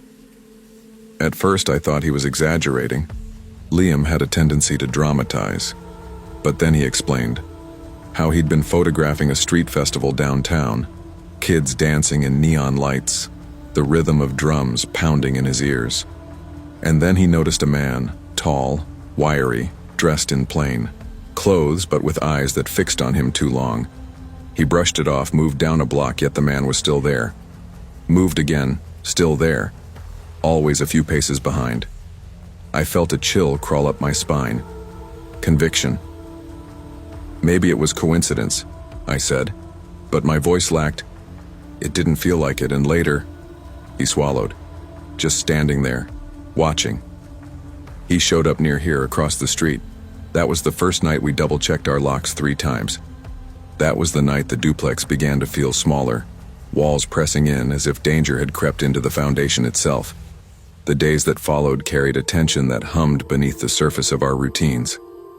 Liam stopped wandering as freely, though he tried to act like nothing was wrong. His camera sat idle more often, his usual spark dimmed. I buried myself in work, but I couldn't shake the thought of him being shadowed in silence, someone memorizing his routes. 2 weeks later, on June 29th, we decided to break the cycle, said, trying for casual. It'll feel normal. We need normal. Let's go grab a coffee. Liam. We walked to a cafe a few blocks away, a small place tucked between a laundromat and a record store. The air smelled of espresso and cinnamon, a comfort I hadn't realized I craved. For a moment, it did feel normal. We talked about the mural on the cafe wall, about a potential client who had emailed Liam. Then he appeared. The man. He stepped into line behind us as though he belonged there, but his eyes locked too quickly on Liam. His presence was sharp, invasive. He leaned in slightly, voice low but direct. You're the photographer, right? The one from the festival? Liam froze, his hand tightening around the strap of his bag. Yeah, he said carefully. The man asked questions. Too many, too precise. He wanted to know what Liam shot with, where he usually worked, if he ever photographed at night alone. His gaze was unrelenting, a kind of hunger that made my skin crawl. I stepped closer, breaking the line of sight. Then I felt. We're just here for coffee, I said, my tone firmer. The man smiled thinly, but it didn't reach his eyes. He backed off just enough, yet even as we collected our drinks, I could feel him watching. Liam's hands trembled as he sipped his cup, the liquid sloshing dangerously near the rim. We left quickly, the sense of pursuit heavy in every step home. Liam tried to brush it off once we were back in the duplex, saying, maybe he's just weird, curious. But his voice shook. Neither of us believed his words. That was the night the messages started. An unknown number pinged Liam's phone with vague phrases. Nice walk tonight. You shouldn't leave your windows open. The duplex looks quiet when you're gone. At first, we laughed nervously, convincing ourselves it was some twisted prank. But the messages grew more detailed, referencing our routines, the color of the shirt Liam had been wearing, the time I usually returned from work. One night, I came home late to find the front door ajar. My heart stopped. Inside, the lights were off, shadows stretched across the walls. Liam? I whispered. No answer. Then, a faint sound. A whisper from the bedroom closet. I opened the door to find him crouched inside, pale and shaking. I think he's here, Liam whispered. Don't make a sound. Every creak of the house became an alarm bell, every flicker of passing headlights a threat. We locked ourselves in the bedroom that night, barricading the door with chairs, phones clutched in our hands. We didn't sleep. And in the silence, I realized something terrifying. This wasn't just paranoia anymore. Someone was dismantling the fragile safety of our lives piece by piece. After that night in the closet, something shifted between us. We weren't just roommates anymore. We were partners in survival. Every decision felt heavier. We argued about whether to call the police, but Liam resisted. What do we even tell them?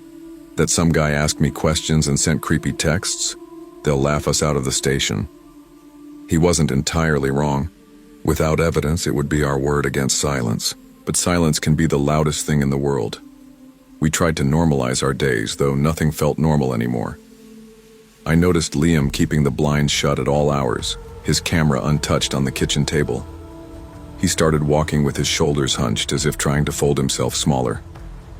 I kept offering reassurances. It's fine, it'll blow over. But inside, dread coiled tighter each day. Then, one evening, around 10 p.m., I came home from work and noticed the porch light flickering. I reached for the door handle, but it was already unlocked. My stomach flipped. Inside, everything looked normal, until I reached the kitchen. A single Polaroid photo lay on the counter. It was of me. Walking home from work the day before, briefcase in hand, head down. The angle was unmistakable. Someone had been close enough to capture me without my knowledge. "Liam!" I shouted, panic ricocheting in my voice. He ran in, eyes widening at the photo. His hands shook as he picked it up. "He was here," he whispered. "Inside." That was the moment we realized this man wasn't just watching. He was infiltrating. The days blurred into paranoia. We took turns staying awake at night, listening for footsteps, for any shift in the air. I started carrying a flashlight and pepper spray everywhere. Liam kept his camera by the window, hoping to catch proof. Every knock at the door, every buzz of my phone made my chest seize with panic. The messages grew bolder. "Nice picture on the counter, huh? I like the way fear looks on you. You should smile more when you're walking home." We tried to trace the number, but it was always blocked or disposable. I begged Liam to go to the police now that we had evidence, but he shook his head. If he knows we're involving them, what if it escalates? What if he comes inside again? The unspoken truth was worse. What if he already had? One night, exhaustion finally claimed me. I drifted off on the couch, only to wake with the distinct sensation of being watched. My eyes snapped open to the silhouette of a figure outside the window. For a second, I couldn't breathe. Then the figure moved, fast, vanishing into the darkness. I screamed for Liam, who came running, grabbing his camera, snapping photos through the blinds. All we caught was blur, a shadow fleeing into the night. That was the night Liam said what neither of us had wanted to admit. Whispered, "He's not just watching, he's waiting. He's hunting us." By the end of June, our duplex was no longer a home. It was a cage.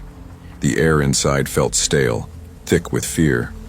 We barely spoke except in whispers, both of us jumpy at the smallest sounds. Liam's face was drawn, his eyes shadowed from lack of sleep. I knew I didn't look much better. We tried to outsmart the man, setting small traps, pieces of tape across the door frames, flowers scattered near the windowsills. Every morning we'd check, and twice we found the tape torn, the flowers smeared with footprints too large to be either of ours. He was still coming inside. On June 30th, just past 1 a.m., the confrontation we'd been dreading finally arrived. I woke to the sound of scratching near the side entrance, a faint metallic squeal. My heart pounded as I shook Liam awake. "He's here," I whispered. We crept to the window, careful not to make noise. And there he was, the man. Tall, wiry, crouched near the side door, working a lockpick with steady hands. The porch light caught his face, and I felt bile rise. The cold determination in his expression was worse than any mask. This wasn't random. He wanted inside. Liam snapped a photo, the shutter too loud in the silence. The man's head jerked up. For a split second, our eyes locked through the glass. His gaze was sharp, like a knife pressed against skin. Then he lunged at the door. "Call the police!" I shouted, fumbling for my phone. Liam grabbed a chair, shoving it under the doorknob. The man banged against it, the frame rattling, our whole world trembling with the force. My fingers shook as I dialed 911, whispering to the dispatcher, "He's trying to break in. He's here. Please hurry." The banging stopped. Silence fell so suddenly it felt suffocating. Then came footsteps retreating into the night. Sirens wailed in the distance minutes later, but by then he was gone. The police swept the yard, found scratch marks on the lock, footprints in the dirt. They took our statements, nodded sympathetically, but I could see it in their eyes. Doubt, frustration, a sense that we were just another late-night call in a city full of them. They promised patrols, but we knew better. Patrols came and went. He was patient. That night, neither of us spoke. We packed bags in silence, stuffing clothes, cameras, and essentials into duffels. By sunrise, we left the duplex behind, hearts heavy, minds racing. We found a temporary sublet across town, higher floors, secure locks, multiple cameras. But safety wasn't instant. It never is. Even in the new place, I flinched at shadows, jumped at unexpected noises. Liam slept with his camera in his lap, as if it could ward off whatever evil had taken root in our lives. We tried to laugh again, to rebuild the fragile sense of normalcy, but it was forced, brittle. One evening, as we sat in silence, Liam finally spoke. "Do you think he'll find us again?" I didn't answer, because the truth was I didn't know, and not knowing was worse than anything else. Moving didn't erase the fear, it only relocated it. The sublet was safer, higher up, with better locks and no hidden entrances.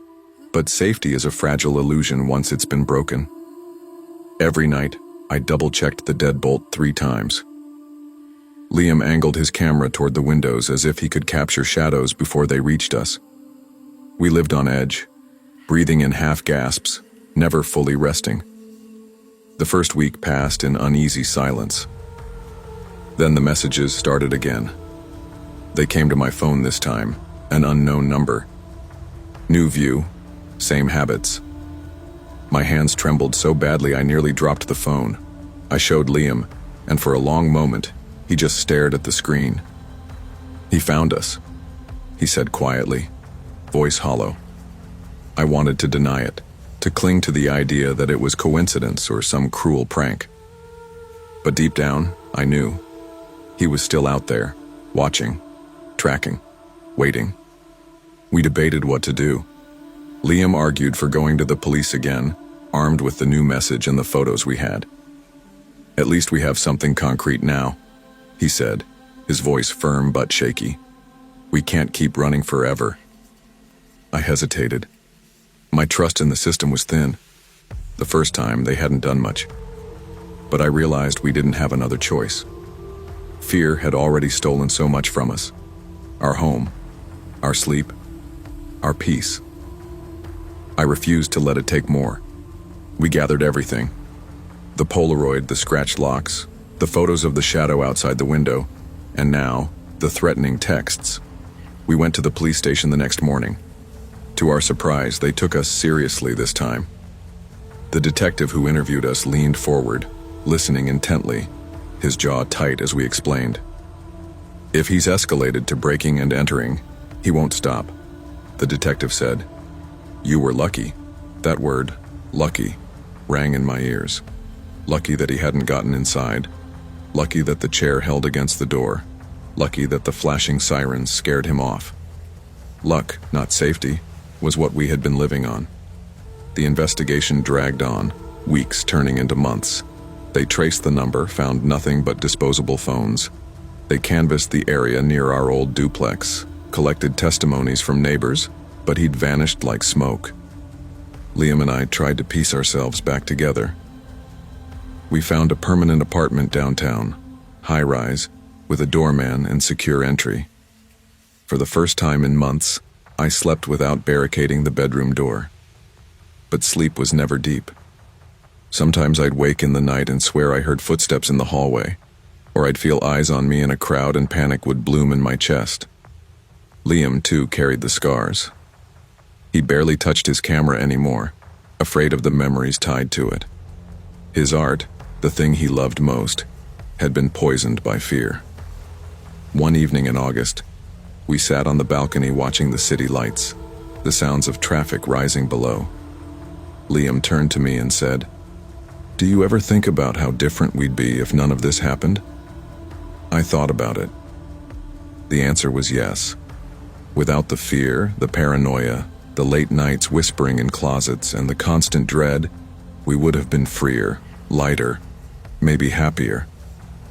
But I also thought about how it bound us together, how survival had forged a friendship that would never break.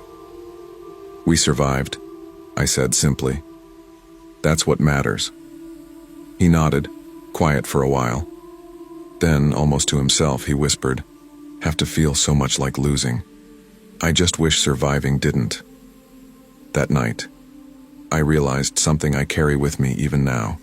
The world is not always kind, and safety is never guaranteed. But when everything falls apart, the people who stand with you in the dark, they are the closest thing to safety you will ever have. The experience with the stalker taught me a truth I'll never forget. Danger often hides in plain sight, and it's easy to underestimate how far someone will go to take control of your life. Fear can consume you, hollow you out, and steal the simplest joys. But it also reveals who you can trust, who will stand by you when the walls close in. In the end, survival isn't just about locks or cameras. It's about resilience, about refusing to let fear define you, and about holding on to the people who keep you grounded when the world feels unsafe. Some friendships are built like scaffolding around your life. They keep you standing when the world tries to push you over, and no matter how much weight you're carrying, they hold fast. That was Nora for me. We met in middle school, two awkward kids with mismatched sneakers and oversized backpacks clinging to each other because no one else really understood us.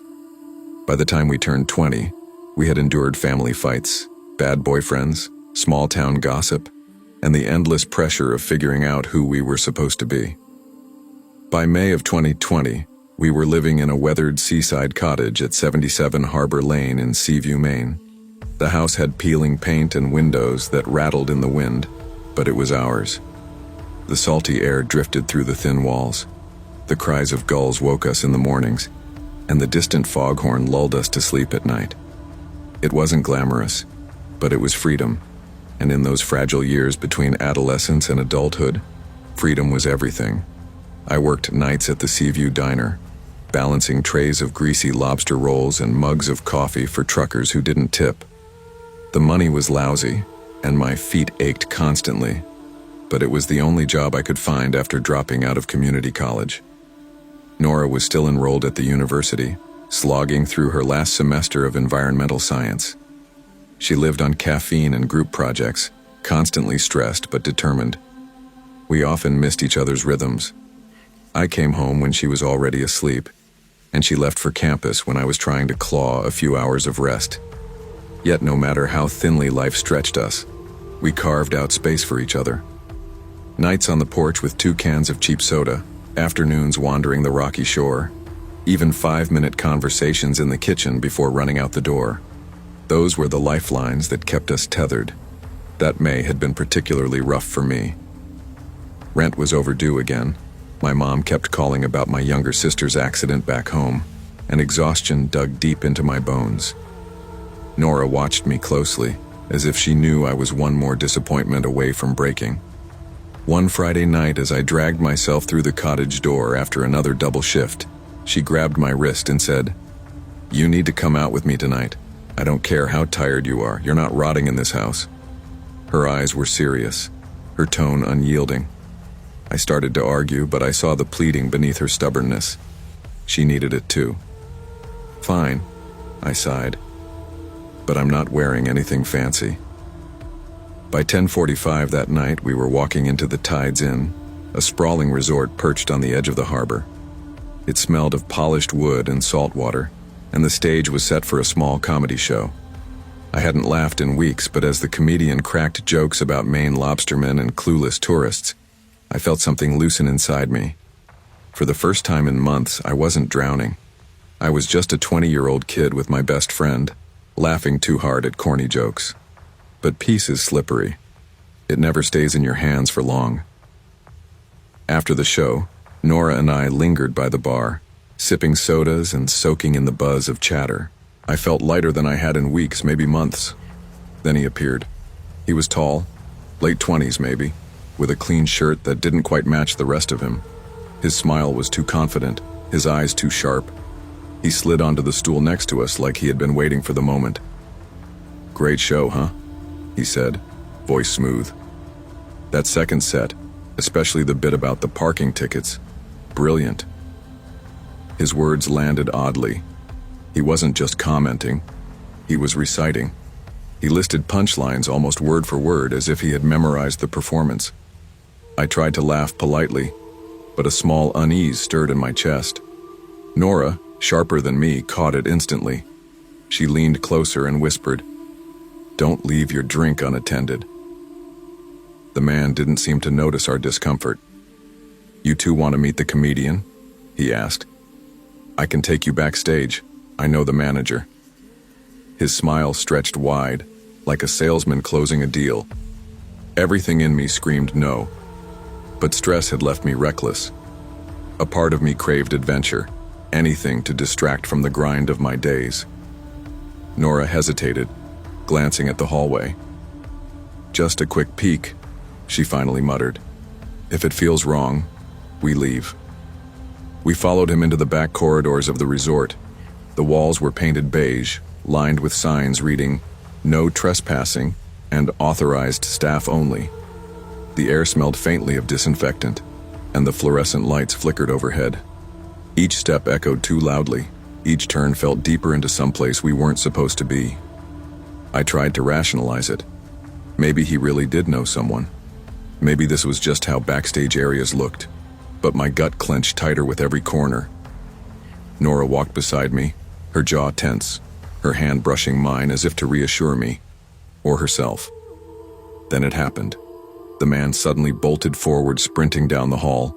Shouts erupted and resort security guards burst into view. Before I could make sense of it, rough hands grabbed us. "What the hell are you doing back here?" one guard barked. We just," I stammered, panic flooding me. The man was already pinned against the wall, thrashing as they cuffed him. One guard kept hold of Nora and me, suspicion burning in his eyes. "You with him?" "No!" Nora shouted, her voice steady despite the terror in her face. "He said he knew the manager." "We don't even know him." It felt like hours before they believed us. Finally, after relentless questioning, they released us with curt warnings. The adrenaline drained from my body, leaving me shaky and hollow. Nora grabbed my hand and we walked out into the cool night, the salty air hitting us like a slap. We didn't speak until we were halfway home. Then Nora said quietly, "We were idiots." I couldn't argue. The cottage at 77 Harbor Lane looked different that night when we returned. The porch light flickered faintly, the sea breeze rattled the loose shutters, and the whole place seemed to lean away from us, like even it sensed what had happened. I'd always thought of our home as shabby but safe, tucked away at the end of a quiet lane, the kind of place where nothing dramatic ever happened. But after that night, the walls felt thinner, the locks weaker, and the silence heavier. We sat at the kitchen table in our damp jackets, staring at our untouched cups of tea. Neither of us could shake the feeling of hands gripping our arms, or the sound of that man sprinting ahead of us. "What do you think he wanted?" I asked, though my voice trembled. Nora rubbed her forehead, her messy hair falling across her face. "He wasn't after us. He was after the comedian. Didn't you hear the guard? He's been showing up at shows, trying to sneak backstage." "Yeah," I muttered, "but he pulled us into it." That was the part I couldn't shake. If the guards hadn't stopped him, what would have happened? Would we have been left standing in some service corridor, wondering why he led us there? Or worse, would we have been caught in the crossfire of whatever he had planned? The days that followed should have brought relief, but instead, they bred paranoia. I caught myself jumping whenever footsteps echoed behind me on the boardwalk. Nora insisted we lock the cottage at all times, even when we were home, even when we were only stepping out to the porch. She taped cardboard over the small bathroom window because, as she put it, anyone could look in. At night, the incident replayed in my mind. I heard his voice, too smooth, too rehearsed. I saw his eyes when he leaned too close, his words echoing like a script. I'd never realized how quickly trust could be manufactured, and how dangerous that trust could be. One evening, about a week later, I came home from the diner around midnight. The street was empty, the ocean hidden in the darkness beyond the dunes. As I fumbled for my keys, I thought I saw a figure at the end of Harbor Lane, just standing there, watching. I blinked, heart racing, but when I looked again, the spot was empty. Inside, Nora was awake on the couch, her textbooks spread around her. She looked up, reading my face instantly. "What is it?" "Nothing," I lied, though my hands were still shaking as I set down my bag. We didn't talk about it, but the silence between us carried the weight of unspoken fear. We were both waiting for something to happen, even if we didn't know what. By the second week of June, Seaview felt smaller, almost suffocating. Word had spread about the incident at the Tides Inn. Small towns have a way of magnifying stories, and soon we were the girls who almost got lured backstage. Some people teased us. "What were you thinking following him?" While others looked at us with pity. Either way, it left me raw. Nora reacted differently. She grew sharper, more protective. She walked me to work when she could, double-checked the locks before bed, and carried pepper spray in her backpack. "I don't care if I look paranoid," she told me one night. "I'm not letting us get blindsided again." I admired her resolve, but it also scared me. It was as if the world we'd once trusted, casual conversations with strangers, evenings out in public, even walking home at night, had shifted into something more sinister. Then came the call from resort security. They wanted statements. The man had been formally banned from the premises, but apparently he was still showing up in town, asking questions about the comedian, about staff, about 2 girls who were there that night. My stomach dropped when Nora relayed the message to me. "He knows about us," I whispered. Nora didn't flinch. "Then we make sure he doesn't get close." That night, I woke at 3 a.m. to the sound of gravel crunching outside the cottage. I froze, listening, my heart hammering. The sound lingered for a moment, then faded. When I finally worked up the courage to peek through the blinds, the lane was empty, bathed in moonlight. I told Nora in the morning, expecting her to dismiss it as a dream, but instead she nodded grimly. "He's testing us, seeing if we scare easy." "We do scare easy," I said, my voice breaking. "We're 20, Nora. We're not built for this." She reached across the table, gripping my hand. "Maybe not. But we're not going to let him win. You hear me? We survived that night because we stuck together. That's how we'll keep surviving." Her words steadied me, but the fear lingered. Every shadow on the boardwalk, every unfamiliar face in town, every creak of the cottage floorboards carried suspicion. The easy laughter we once shared had been replaced with quiet glances, a code between us that said, "Stay alert, don't trust, keep moving." And yet, under the fear, our bond grew sharper, stronger. If he was out there, watching, then at least we had each other. The summer of 2020 will always live in my memory as the season the ocean stopped feeling safe. Before then, Seaview was my comfort, the smell of salt, the lazy rhythm of the tide, the chorus of seagulls overhead. But after that night at the Tides Inn, the water seemed to hold secrets, the horizon looked too wide, and every stranger carried the weight of possibility, good or bad.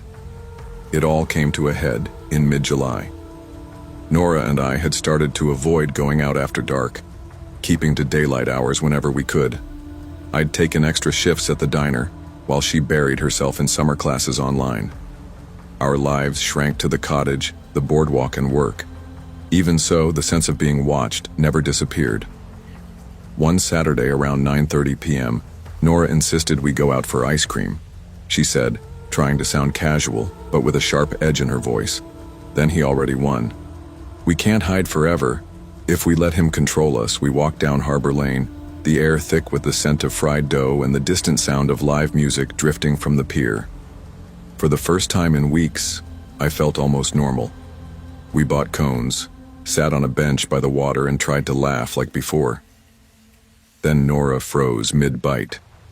Her eyes locked on a figure leaning against a lamppost across the street. He wasn't looking directly at us, but his body language was too still, too deliberate. I didn't need to ask who she thought it was. "Don't panic," she whispered. "Finish your ice cream." Then we walked back, slow, together.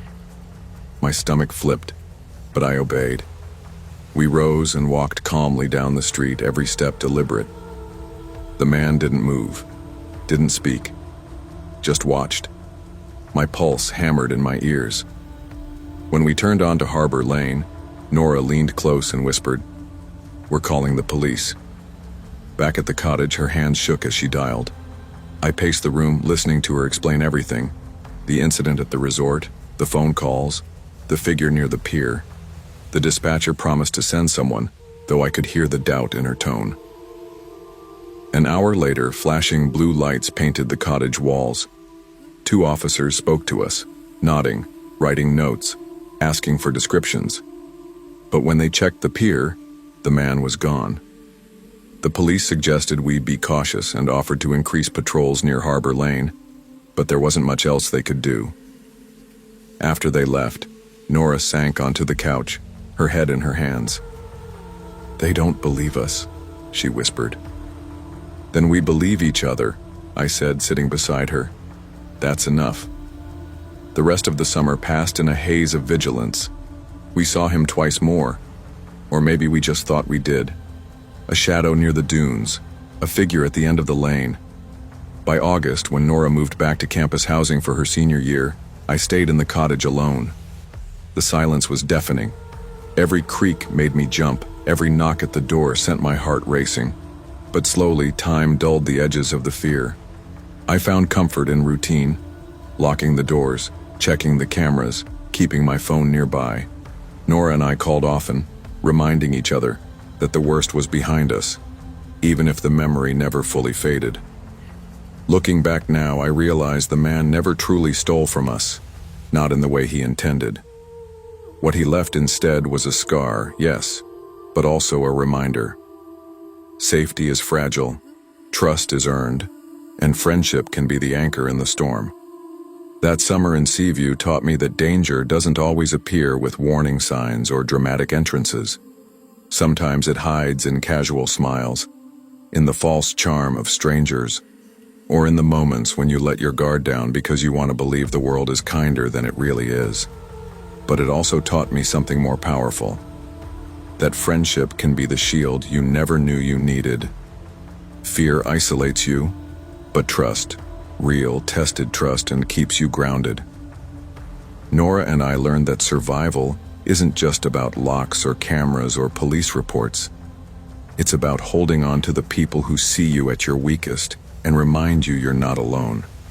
And maybe that's the hardest lesson of all. The world will always hold shadows, but with the right people beside you, you don't have to face them alone.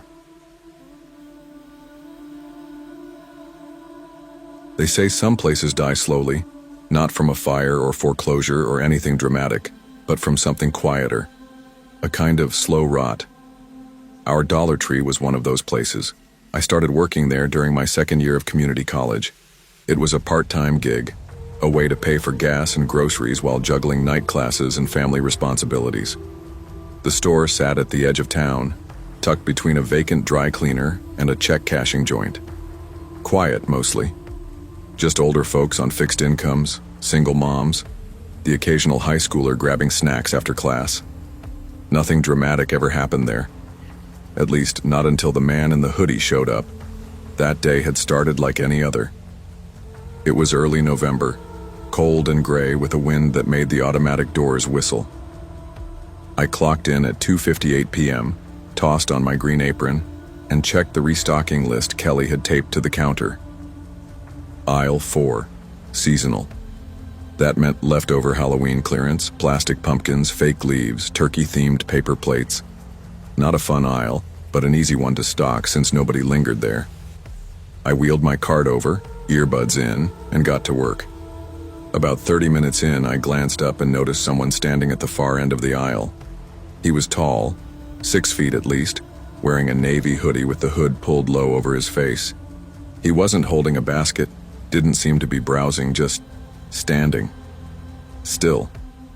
I figured he was zoning out or waiting for someone, so I gave him a quick, "Hey there, let me know if you need anything."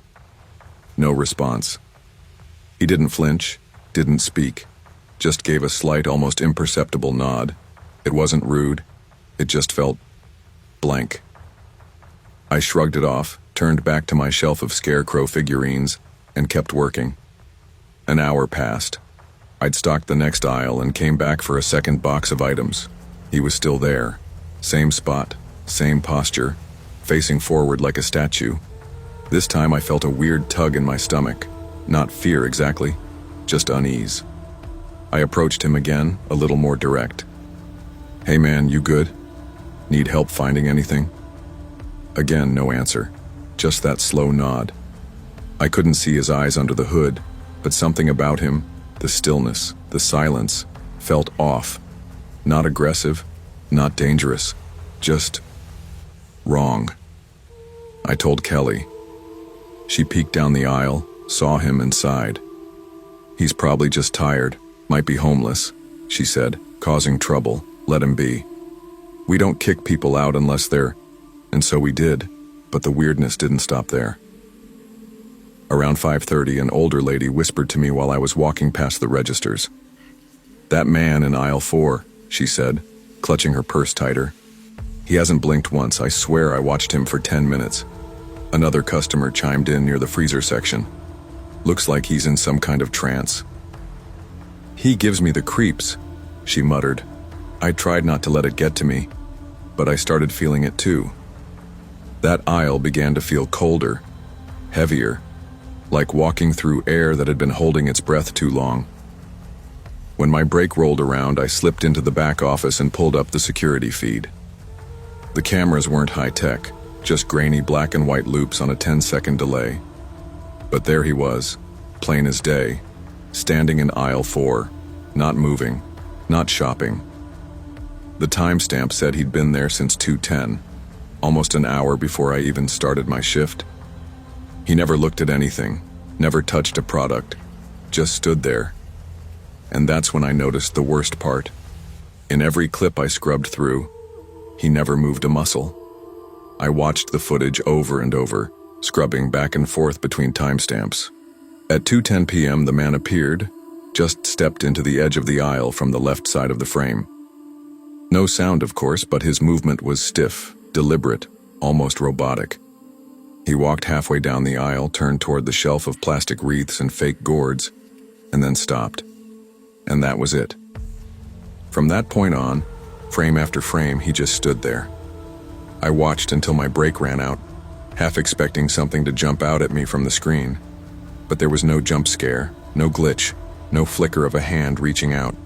Just that figure. Still, silent, present in every frame until I finally closed the tab and returned to the floor. The rest of my shift was uneventful, at least on the surface. I stocked, I bagged, I greeted, but I kept glancing down aisle 4, and every time I saw him, still rooted to the same spot, never moving, barely reacting to the world around him. At 8:45 p.m., just before closing, I finally asked Kelly again, "Maybe call someone? You want me to go talk to him?" Or she was counting bills at the register, clearly tired. "And if he doesn't leave, I'll call non-emergency."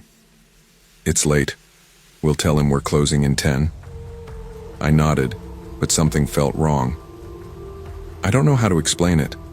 Just that weird weight in my chest, like I'd left a door open in my house and couldn't remember if I locked it. At 8:54 p.m., I walked down aisle 4 again, determined to say something. But he was gone. I froze. I didn't hear him leave. No footsteps. No door chime. The aisle was just empty. Like he'd never been there at all. I ran to the front. "Did the guy in the hoodie just leave?" I asked Kelly. She looked up. "No. I thought he was still back there. I checked the side exit. Locked. I checked the front. No one in the parking lot. I even went outside for a minute, scanning the sidewalk, as if he'd just casually walked into the night. But he hadn't. He'd vanished. Kelly and I reviewed the security feed together after close. She fast-forwarded to 8:53 when the man was still standing there. Same spot, same posture. Then the camera jumped to 8:54, gone, no fade, no footsteps, just gone. One frame he was there, the next, he wasn't. Kelly frowned. "That's probably just a glitch," she said, but I could hear the doubt in her voice. The camera didn't skip, didn't distort. It just didn't show him leaving. She didn't talk much after that. Neither did I. We finished the close-up routine in silence, both a little shaken. I went home that night, staring at every shadow on the street, and I slept with my bedroom light on for the first time in years. But it didn't end there. The next day I worked a morning shift. Different crowd, same routine. Kids grabbing candy, moms arguing with toddlers, retirees counting out change one coin at a time. Normal, familiar. But I couldn't stop thinking about the man in the hoodie. Around 11:20 a.m., a customer, middle-aged guy, looked like a mechanic, flagged me down near the greeting cards. "Hey," he said quietly, nodding toward aisle 4. "You got someone doing inventory back there?" "No," I said. "Why?" He looked uneasy. "I just walked by and saw someone standing real still at the end of the aisle. Gave me a weird feeling. By the time I turned around, no one was there." I swallowed. "What did they look like?" He shrugged. "Tall, dark hoodie, kinda hunched. Didn't see his face." I thanked him, played it off like it was nothing, but my skin went cold. I walked over. The aisle was empty, shelves filled with leftover Thanksgiving stock, untouched, everything in place. Still, I caught myself glancing over my shoulder, and from then on, it started happening more often. Customers would ask quietly, "Hey, is someone else back there with us?" Or, "Do you have mannequins or something for display?" One woman swore she saw a man standing behind her reflection in the freezer door, but when she turned, no one was there. Employees started joking about it. Dollar Tree ghosting, they called it. Harmless fun. But not to me, because I knew it wasn't just some story to pass the time. I'd seen the footage. I'd watched that man vanish into thin air, and I couldn't explain it. Then the cameras started acting up. Only the one facing aisle 4. Every day between 2 p.m. and 9 p.m., that feed would glitch, freeze, cut out entirely. The rest of the system worked fine. Garden supplies, frozen foods, candy aisle, all clear. Just aisle 4, and just during that time window. Kelly had maintenance look at it. They replaced the camera. Didn't help. They checked the wiring. Nothing. We even moved the camera to another aisle and tested it there. Worked perfectly. But put it back in aisle 4? Same problem. "It's the damn ghost," said Tyrese, the evening stock guy. He was half joking, but I could tell he didn't want to linger in that aisle either. I stopped going down aisle 4 unless I had to, and when I did, I moved fast. Kept my eyes on the shelves. Never stood still.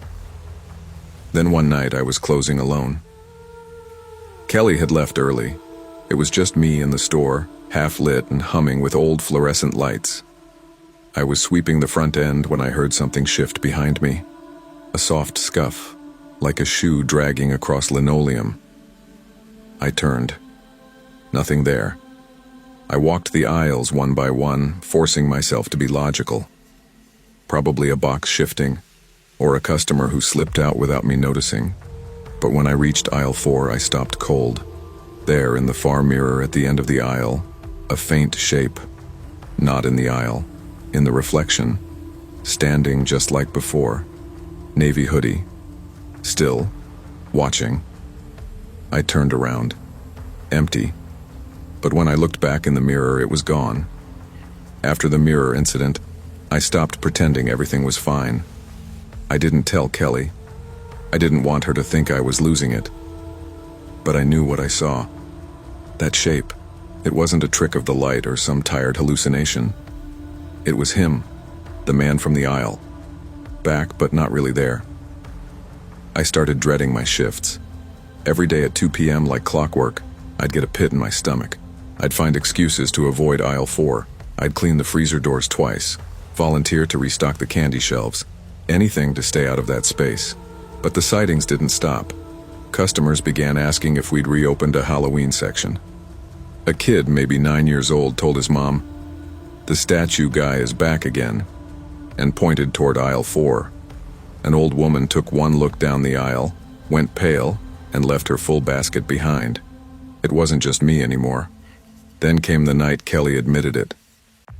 We were in the back, closing together again for the first time in a week. I noticed she looked tired, really tired, and asked how she was holding up. She hesitated. "You ever feel like we brought something in we shouldn't have?" she asked quietly, almost like she was afraid the walls might hear her. I blinked. "What do you mean?" She glanced at the security feed, where aisle 4 was once again a frozen blur. "The shipments," she said. "They started coming late October. Extra crates from corporate, Halloween overstock. But some of it wasn't even listed on inventory. Old decorations, props, some stuff that didn't have barcodes. I remember one box had a weird scarecrow doll with nails through its eyes. I tossed it in the dumpster. Next day, it was back in the stockroom, just sitting there. A chill ran through me. "Do you think it's... what?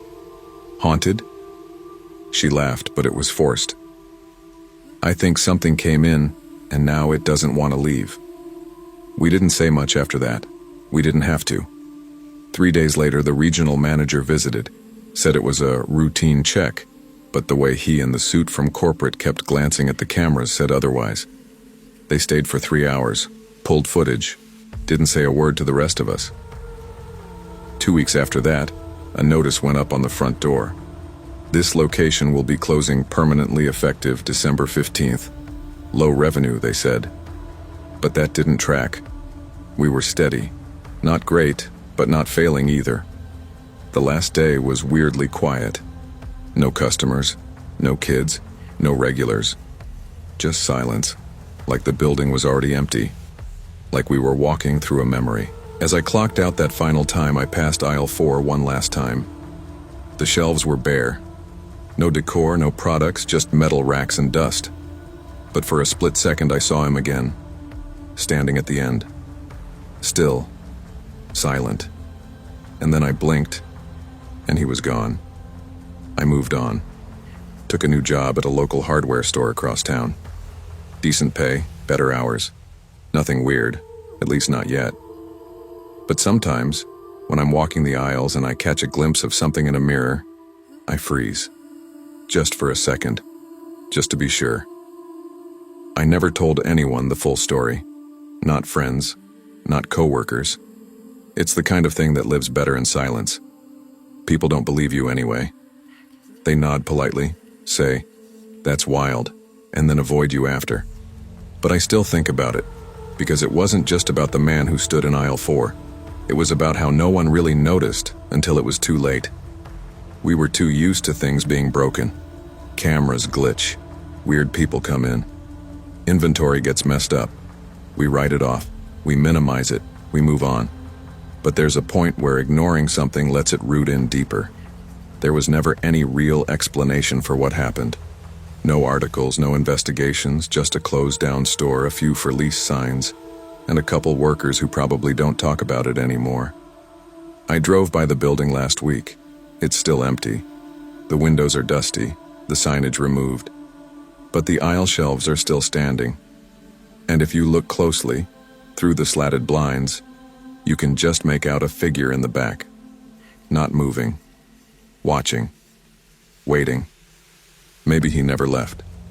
Maybe he's part of the place now, buried in its bones. Or maybe, like Kelly said, something came through that we never understood, and it's just waiting for the next open door. Sometimes the scariest things don't come from monsters or ghosts. but from our habit of dismissing the unexplainable. We write things off because it's easier to believe a camera glitched than to admit something is wrong. But whether it's fear, danger, or something unnatural, ignoring the signs doesn't make them disappear. It only gives them room to grow. Always trust your instincts, even in aisle 4. I didn't expect much out of life after the divorce, and least of all from a temp agency. My name's Clint Reyes. I used to drive delivery trucks, hauling boxes across state lines. Not anymore. After a DUI and the end of a decade-long marriage, I landed night security shifts wherever they'd have me. Mostly small stores on the outskirts, quiet, empty, easy hours. Family Dollar on Alderbrook Avenue in Dayton was one of them. Supposed to be simple. 2 guards per shift, stay awake, walk the aisles, call in if anything trips. That first night I met Reuben Carter.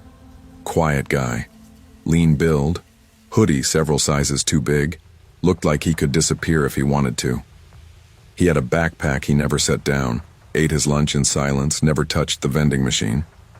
He arrived early, followed the checklist, circled alone. I told myself maybe I was just paranoid. I drained my coffee, watched surveillance monitors, tried to keep my thoughts to coffee and codeine-scarred insomnia. The job was supposed to be therapy, steady hours, passing time. Reuben didn't speak much. That suited me fine, until I overheard him whispering near aisle 2. One of the cameras he passed recorded him smiling softly right before he ducked into the break room. I followed, pushed the door open. Nobody. Break room empty, half lit from the hallway bulbs. Reuben was gone. No back door, no hiss of ventilation, just empty chairs. I left fast, heart thumping. Told myself not to think about it. But the building felt smaller after that. The tiles too crisp, the shelves too still. The second week I started keeping a small flashlight, for when the light switch bulb flickered, for when the stairwell light above the loading bay glitched out. I'm sober now, trying to rebuild. That meant staying sharp. I couldn't trust shadows, but Reuben worried me. He didn't answer questions, always parked his car in the same spot, wore gloves even when the air was warm. That made me alert. One night I showed him a picture on my phone, the family I grew up with, the delivery truck, my ex-wife's smiling face. He took the phone lightly, muscles tense. Without looking, he pushed it back. "They hear whispers," he said. I flinched. "What do you mean?" He just turned away, walked down aisle 5, touching shelves like he studied their arrangement. I pressed him again near the loading dock. That's when I saw the wet footprints, starting at the mop closet, trailing to his locker. But no mop, no bucket, nothing. The concrete floor had water rings, but there was no sink, no mop hook. I didn't say anything. I just watched. That's when my gut sank, a feeling I hadn't felt since the accident. Third week, same pattern. Quiet nights, routine checks. At midnight, I checked the footage. The camera by staff restroom caught Reuben entering at 12:43. He didn't emerge. No alarm, no sensor trigger. I rewound. Nothing. No person walking past, no door open, no footsteps. Yet, when I looked at him as he walked by later that hour, he was standing right behind me. My breath caught. I backed away slowly, turned the monitor off. Don't ask about it, I told myself. Stay clean, stay sober. 2 mornings earlier, I'd woken up shaking but didn't break. That night, after catching him in the restroom footage, I started carrying my phone in my pocket all the time. I searched the web quietly, found nothing. No criminal record, no temp logs beyond hours, no complaints filed, just a clean record of perfect shifts. He didn't sleep in the break room, and he never left the building until shift end. I noticed he whispered under his breath in mop room corners. Words I couldn't catch. I drank more water. I double-checked exits. I avoided him. That night I was reviewing monitors at 3:12 when the alarm went off. Not smoke detectors, but the fire alarm buzzing, lights flashing. The sprinklers stayed silent. Building had no smoke. I grabbed flashlight, jogged toward manager's office where the alarm seemed centered. I found Ruben crouched, kneeling in front of the door. Tiles peeled back, utility knife in hand. "What the hell are you doing?" I yelled. He didn't flinch, just looked up. Calm, distant.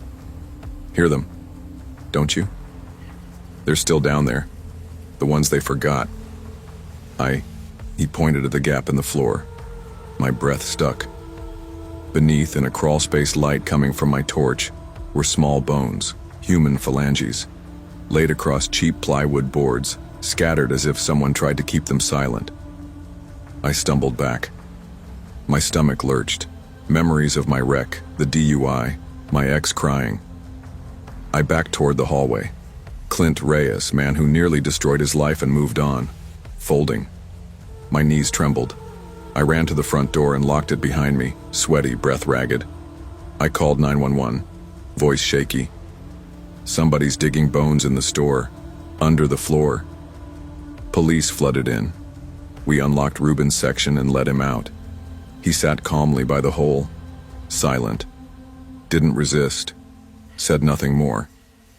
The investigation revealed a sealed crawlspace beneath the store. Decades ago, the site had been a discount warehouse.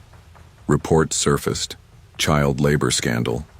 Several kids went missing or died. No records survived. Company went bankrupt. Property sold to Family Dollar. No paperwork transferred. Nothing in public record. I quit 2 days later. Turned in gear. Broke the contract. They asked why.